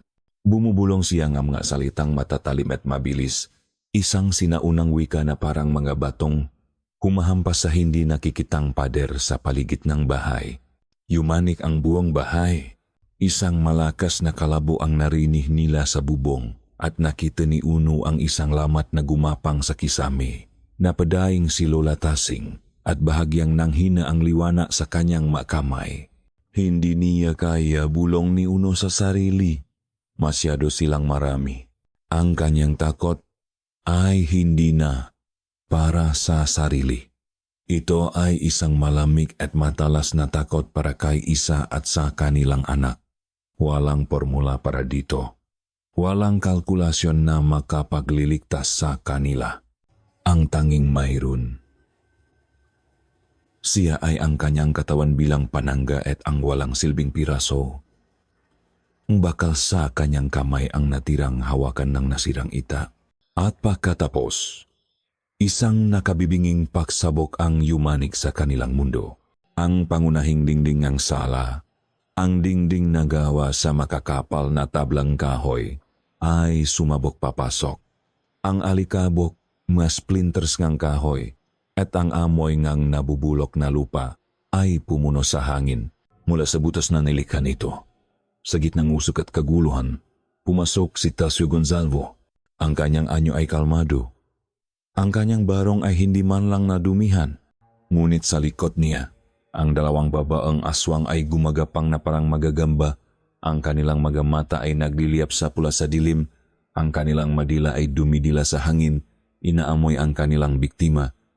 Tapos na ang laro. Tasing, sabi ni Tasyo, ang boses ay kalmado, ngunit may dalang bigat ng isang libingan. Ang kanyang mata ay hindi tumingin sa matanda. Nakatutok ang maito, na parang sa isang lobo, diretso kay Isa. Ibigay mo sa akin ang bata, sa ibabaw ng aking bangkay. Sigaw ni Lola Tasing. Iwinasiwas niya ang kanyang kamay at ang sahig na kahoy sa harap ni Tasyo ay biglang nabiya, bumubugang kulay ubang apoy. Ngunit si Tasyo ay humakbang lang patawid sa apoy na parang wala lang. Lumapit siya. Ang kanyang intensyon ay malinaw. Hindi niya papansinin ang mangkukulam. Ang kanyang premyo ay nasa likod nito. Nakita ni Uno ang determination sa mga mata nga aswang. Nakita niya ang pagdaan ng anino ng takot sa mukha ni Lola Tasing habang sinasala nito ang mabilis na pagsugot ng dalawang babae. Alam ni Uno na sa loob ng ilang segundo, matatapos na ang lahat. Walang pag-isip, walang plano. Tanging puro damdamin. Sumigaw si Uno, isang sigaw na walang salita. Isang sigaw ng isang taong wala ng pakpipilian. Itinaas niya ang hawakan ng sirang itak at sinugot si Tasyo. Para kay Tasyo, si Uno ay hindi man lang isang istorbo. Hindi man lang nito inalis ang tingin kay Isa. Sa isang kaswal na galaw, iwinasiwas nito ang kanyang braso, ang likod ng kanyang palad. Ay tumama sa dibdib ni Uno, walang lakas, walang puwersa. Ngunit ang naramdaman ni Uno ay parang tinamaan siya ng isang humaharurot na sasakyan. Ang hangin ay sapilitang lumabas sa kanyang nga baga. Ang kanyang nga buto ay tila yumanik. Tumilapon siya, bumaksak sa sahig, at ang kanyang mundo ay naging isang umiikot na kaguluhan. Uno, ang sigaw ni Isa ang nakpilit sa kanyang imulat ang mga mata. Nakahandusay siya sa sahig, ilang metro ang layo.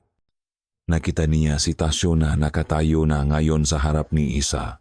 Ang kanyang anino ay tila isang dambuhalang ibon na handa ng dumagit.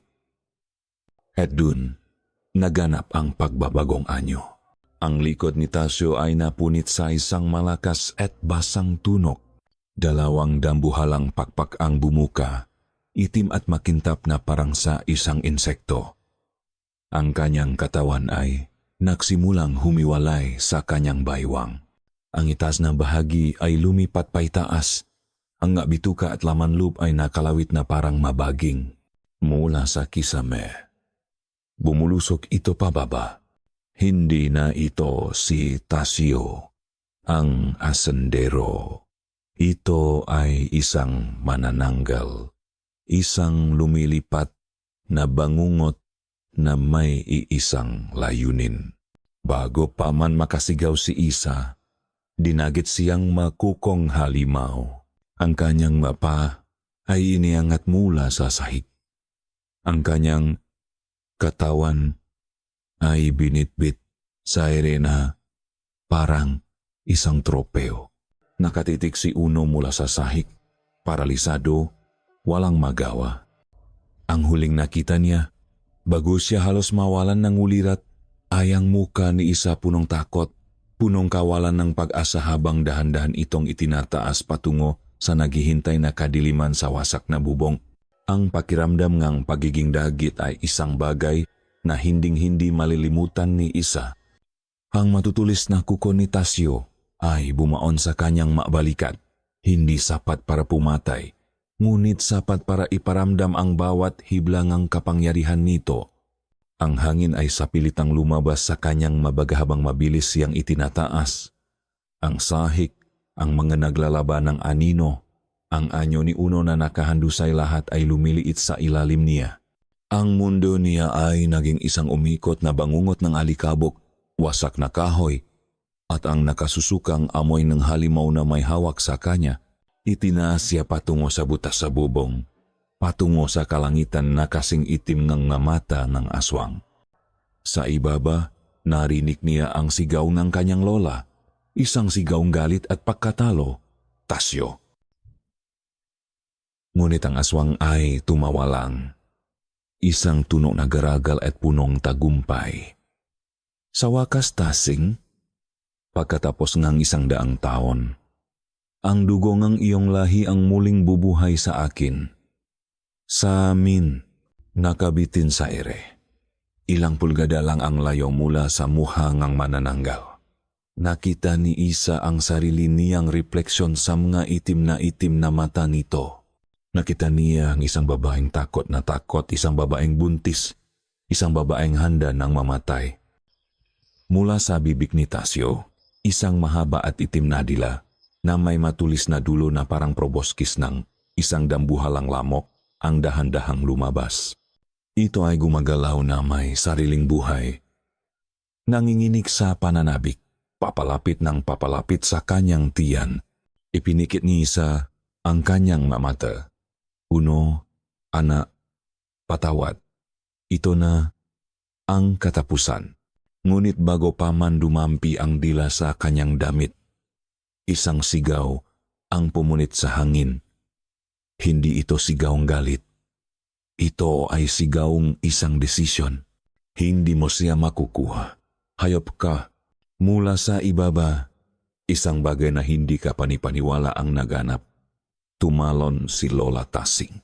Ang kanyang talon ay hindi pangkaraniwan para sa isang matanda. Siya ay bumuong parang isang palaso. Ang kanyang nga kamay ay nakaunat hindi patungo kay Isa, kundi patungo sa pangibabang bahagingang katawan ni Tasyo. Ang katawan na naiwan sa sahig, nakatayo at walang buhay.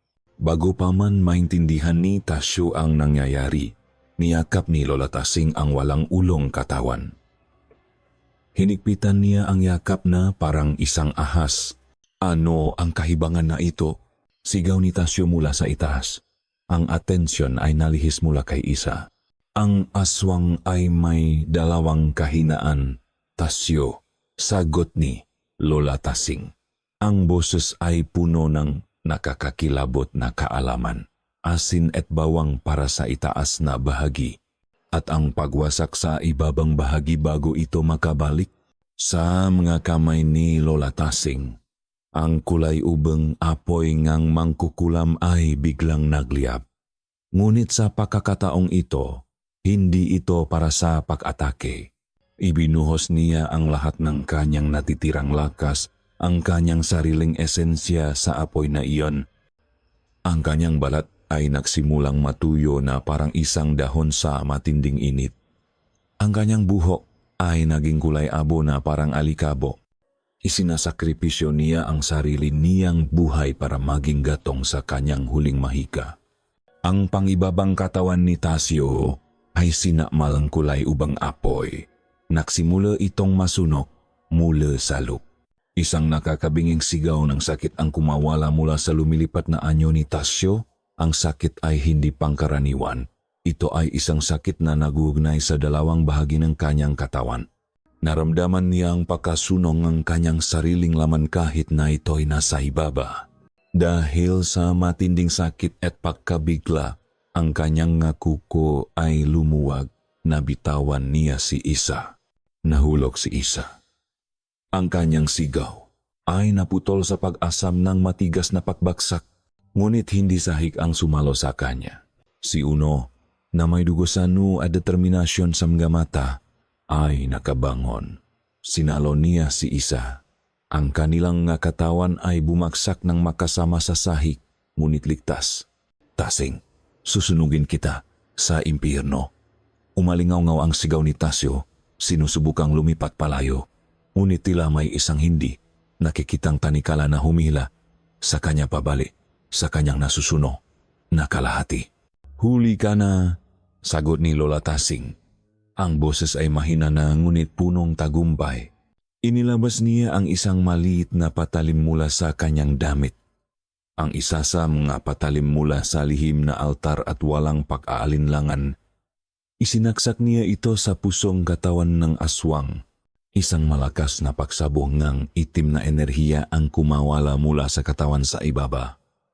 Ang buwersa ay umabot hanggang sa itaas na tumama sa manananggal. Ang napakpa ni Tasyo ay biglang nanghina. Ang kanyang katawan ay nagsimulang maging abo sa hangin. Ang kanyang huling sigaw ay isang halong galit at hindi paniniwala. Sa ibaba, ang kulay ubang apoy ay namatay. Ang katawan ng aswang ay naging isang tumpo ng itim na abo.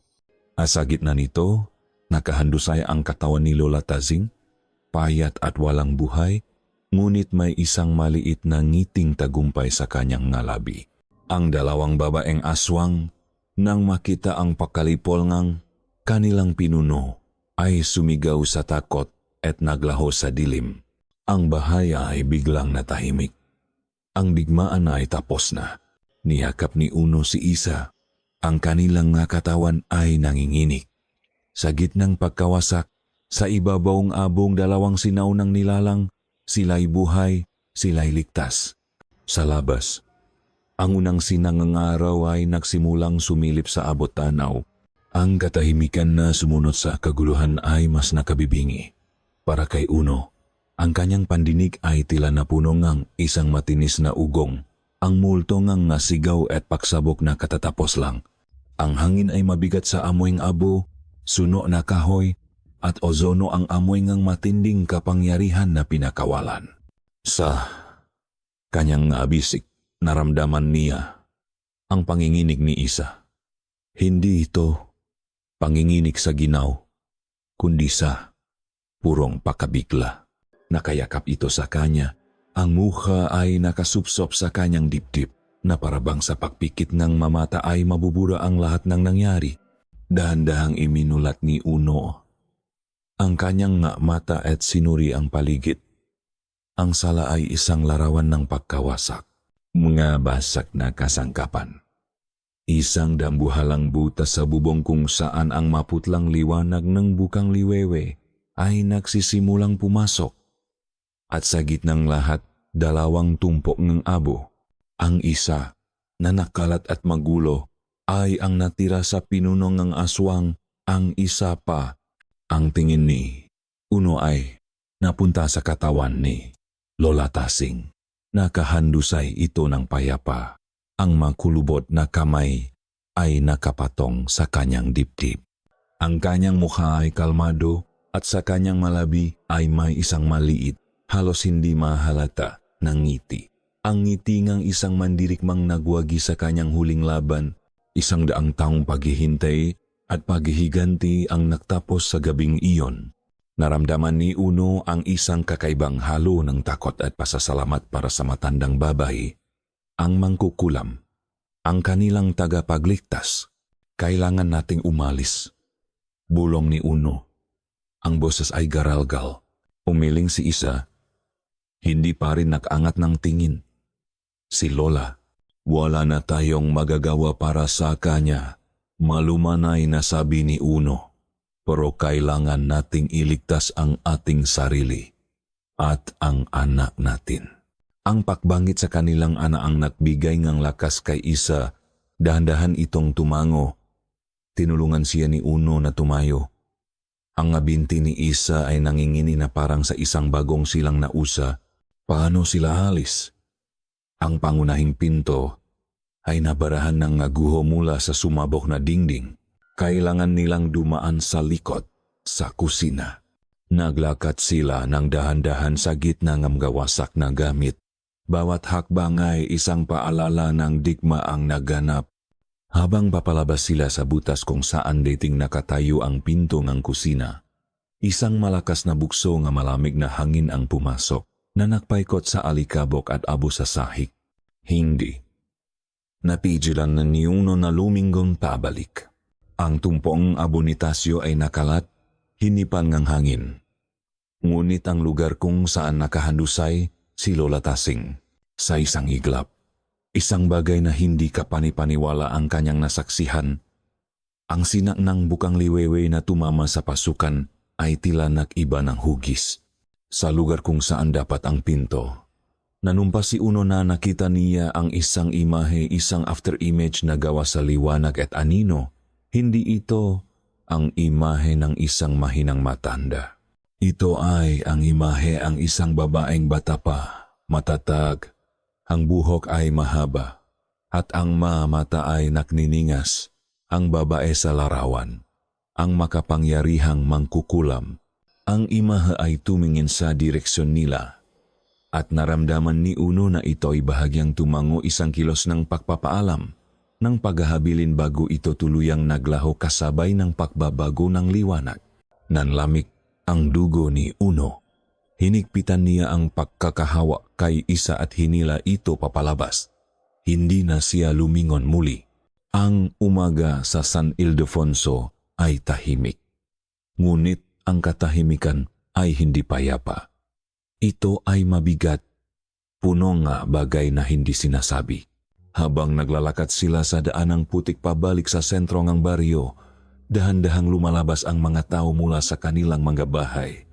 Nakatayo sila sa kanilang mga pintuan at bintana. Nga babae, nga lalaki, nga bata.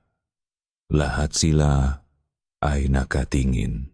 Ang kanilang matitik ay hindi na tulad ng dati. Wala na ang awa o simpleng pag-usisa. Ang maito ay puno ng pag-alam at ng takot. Narinig nila ang lahat kagabi. Naramdaman nila ang pagyaning lupa. Alam nila kung ano ang nangyari. Walang naksalita, walang lumapit. Ang kanilang katahimikan ay isang pader na mas matibay pa kaysa sa pader ng lumang bahay. Sila Uno at Isa ay hindi na bahagi ng kanilang mundo. Sila ay maanilalang na galing sa isang gabi ng kababalahan. Mga nabubuhay na paalala ng kadilimang naninirahan sa kanilang baryo. Sila ang alamat. Patuloy lang sa paglalakad si Uno. Ang mga mata ay nakatuon sa unahan. Hinihila si Isa na nakayuko at nakatakip ng braso sa kanyang mukha na parabang kaya nitong harangin ang daan-daang matang nakatutok sa kanila. Sa wakas, narating nila ang arkong may kupas na pintura. Welcome to Bergi, San Ildefonso, isang mapait na biro. Humakbang sila palabas nito, na parang mapresong kalalaya lang mula sa isang mahabang sentensya. Nakatayo sila sa gilid ng pangunahing kalsada, sa ilalim ng init ng araw na nagsisimula ng tumindi. Ang hangin ay tuyo at maalikabok. Sa kanilang likuran, ang baryo ay nanatiling tahimik, isang nakangangang libingan na kanilang tinakasan. Maya-maya, sa dikalayuan, narinig nila ang ugong ng isang makina, isang paparating na bus. Ang tunong ng sibilisasyon, ang tuno ng paktakas. Hindi nila kailangang mag-usap. Alam nila pareho. Sasakay sila sa bus na iyon at hindi na kailanman lilingon pa. Ngunit alam din ni Uno, habang pinakmamasdan niya ang anino ng bus na papalapit, na kahit gaano kalayo ang kanilang marating, isang bahagi ng dilim ng San Ildefonso ay palaging magiging bahagi na nila. 5 taon. Para kay Uno, ang 5 taon ay parang isang buong buhay at isang kisap mata lang. Ang maalaala ng San Ildefonso ay tila isang masamang panaginip. Isang kwento mula sa isang lumang libro na binasa niya noong unang panahon. Pilit niyang ibinaon ang maito sa pinakamalalim na sulok ng kanyang isipan. Sa ilalim ng blueprints ng magusali, makalkulasyon ng stress and strain, at mga tunok ng abalang siyudad, bumalik sila sa Maynila. Hindi na sila tumingin papabalik. Ikinasal sila ni Isa sa isang simpleng seremonya sa huwes. Si Uno ay nagtapos ng kanyang pag-aral at naging isang matagumpay na engineer. Si Isa naman, sa tulong ni Uno, ay nagtayo nga isang maliit na flower shop. Ang kanyang kamay na dati sanay sa paglalalangang palaspas ay natutong maayos ng marosas at sunflower. Bumili sila ng isang maliit na bahay sa isang tahimik na subdivision. Pinalibutan nila ang kanilang sarili ngang normalidad, nga pelikula tuwing Sabado ng gabi, nga hapunan kasama ang ilang tunay na kaibigan. Ang amoyng bagong lutong sinangak sa umaga. Pilit nilang itinayo ang isang pader ngang karaniwang buhay upang harangan ang anumang anino ng nakaraan. At sa gitna ng lahat ng ito, naroon si Leo, ang kanilang anak. Isang masayahin at malusok na batang lalaki na may manggamatang kanyang ina at ngiting kanyang ama. Si Leo, ang kanilang araw, ang kanilang liwanag. Siya ang patunay na ang buhay ay nagpapatuloy, na ang pag-ibig ay nananay. Ngunit minsan, sa gabi, kapag ang bahay ay tahimik na at ang tanging maririnig ay ang ugong ng aircon, hindi maiwasan ni Uno na mag-isip. Minsan, kapag naglalaro si Leo sa sala, may mga laruang gumagalaw ng hindi nito direktang hinahawakan. Isang bola na biglang gugulong palapit sa kanya.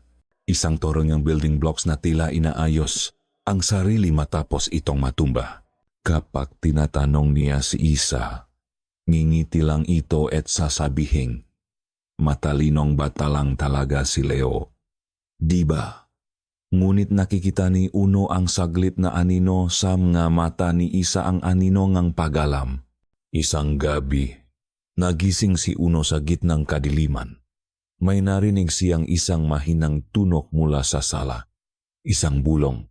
Dahan-dahan siyang bumangon, maingat na hindi magising si Isa. Naglakad siya palabas ng kanilang silid. Ang sala ay naliligo sa liwanag ng buwan na tumatagos sa bintana. At dun, nakita niya si Leo.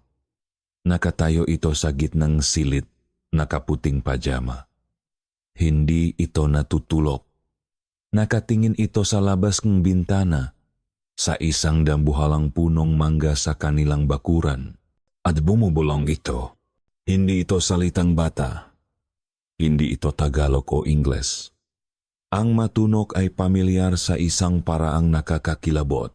Ito ay ang malalim, guttural. At sinaunang wika na narinini, Uno sa ilalim ng puno na akasya sa universidad maraming taon na ang nakalipas. Ang wika ni Isa, ang wika ni Lola Tasing. Nakatayo si Uno sa dilim, hindi makagalaw, hindi makahinga. Ang pader ng normalidad na maingat nilang itinayo ay nagsimulang magkaroon ng nalamat. Dahan-dahang lumingon si Leo, na parabang naramdaman nito ang kanyang presensya. Tumingin ito ng diretso kay Uno, at sa isang iglap, sa liwanag ng buwan, nakita ito ni Uno. Ang ngamatang kanyang anak, nagliliwanag ang maito.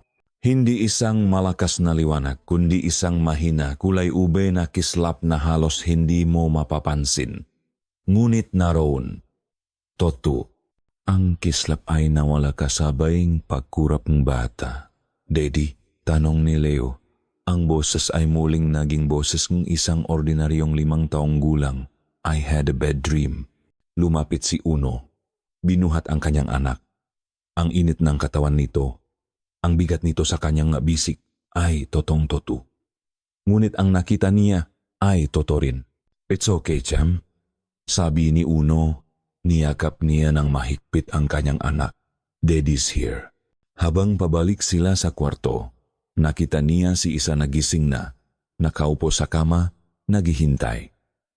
Ang kanilang mamata ay nagtakpo sa dilim, walang kailangang sabihin.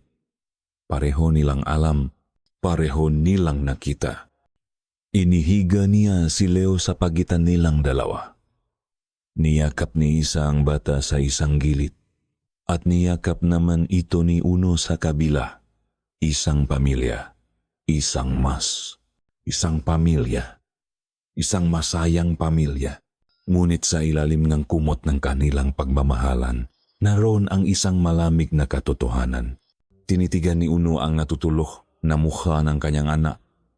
Pagkatapos ay ang mukha ni Isa, na nakapikit na ngunit alam niyang gising pa. Naramdaman niya ang pag-akit ng pamilyar na kilabot sa kanyang gulugot, Isang kilabot na ngayon ay kasama ng kanyang pagmamahal. Naalala niya ang huling imahe ni Lola Tasing, ang imahe ng isang makapangyarihang mangkukulam. Ang kanyang sakripisyo ay hindi lang pagwasak sa isang aswang. Ito ay paglilipat ng kapangyarihan. Ito ay pagtatanim ng isang binhi. Ang digmaan sa pagitan ng mangkukulam at aswang ay hindi natapos sa gabing iyon sa San Ildefonso. Nakaroon lang, ito ang bagong henerasyon. Ang pamanang dugo, ang kapangyarihan, ang sumpa, lahat ay naipasa. At ngayon, natutulog ito ng payapa sa pagitan nilang mag-asawa, nag-abang lumalaki at naghihintay ng tamang panahon upang muling magising. At sa pagizing nito, sino ano ang magiging kawe? Tinitigan ni Uno ang kadiliman sa labas ng kanilang bintana at sa kauna-unahang pakakataon sa loob ng 5 taon, naramdaman niya na may mga aninong nakatingin pabalik. At sa pagkakataong ito, hindi niya alam kung ang maaninong iyon ay nasa labas o nasa loob na. At dito, sa katahimikan ng kanilang tahanan, nagtatapos ang kwento ni na Uno at Isa at nagsisimula naman ang kwento ng pamanang kanilang dinadala. Maraming salamat sa iyong paglalakbay kasama ko. Salamat sa pagsubaybay sa madilim at masalimuot na landas na tinahak ni na Uno at Isa. Mula sa mga abalang pasilyo ng universidad hanggang sa pusot ng kadiliman sa San Ildefonso. Habang isinusulat ko ang kwentong ito, naramdaman ko ang bigat ng bawat anino, ang lamig ng bawat bulong, at ang pait ng bawat pagtataksil. Ang aking layunin ay hindi lamang makatik ng takot, kundi ang bigyang buhay, ang ating mga alamat ang aswang, ang mangkukulam hindi bilang mga halimaw lamang, kundi bilang nga nilalang na may sariling pinahuhugutan ng galit, pihati, at maging ng pag-ibig dahil sa huli. Ang kwentong ito ay hindi lamang tungkol sa kababalagan. Ito ay kwento ng pag-ibig na kayang sumuong sa pinakamatinding kadiliman. Ang pag-ibig ni Uno na natutong maniwala. Ang pag-ibig ni Isa na natutong magtiwala. At maging ang baluktot at mapanakripisyong pag-ibig ni Lola Tasing para sa kanyang lahi. Ito ay kwentong pag-asa na kahit sa isang mundong wasak ng nga sinaunang sumpa, may puwang pa rin para maksimulang muli at bumuong isang pamilya. Ngayon, nais kong marinig ang iyong tinig. Ano ang iyong naramdaman? Sino ang tauhan na pinakanaiwan ng marka sa iyo? Huwag mag-atubiling iwanan ang iyong masalobin sa comment section sa ibaba. Ang bawat kwento ay nagiging mas makabuluhan kapag ito'y pinagsasaluhan. Muli, mula sa kaibuturan ng aking puso, maraming salamat. Hanggang sa ating susunod na kwentong lagim at liwanag.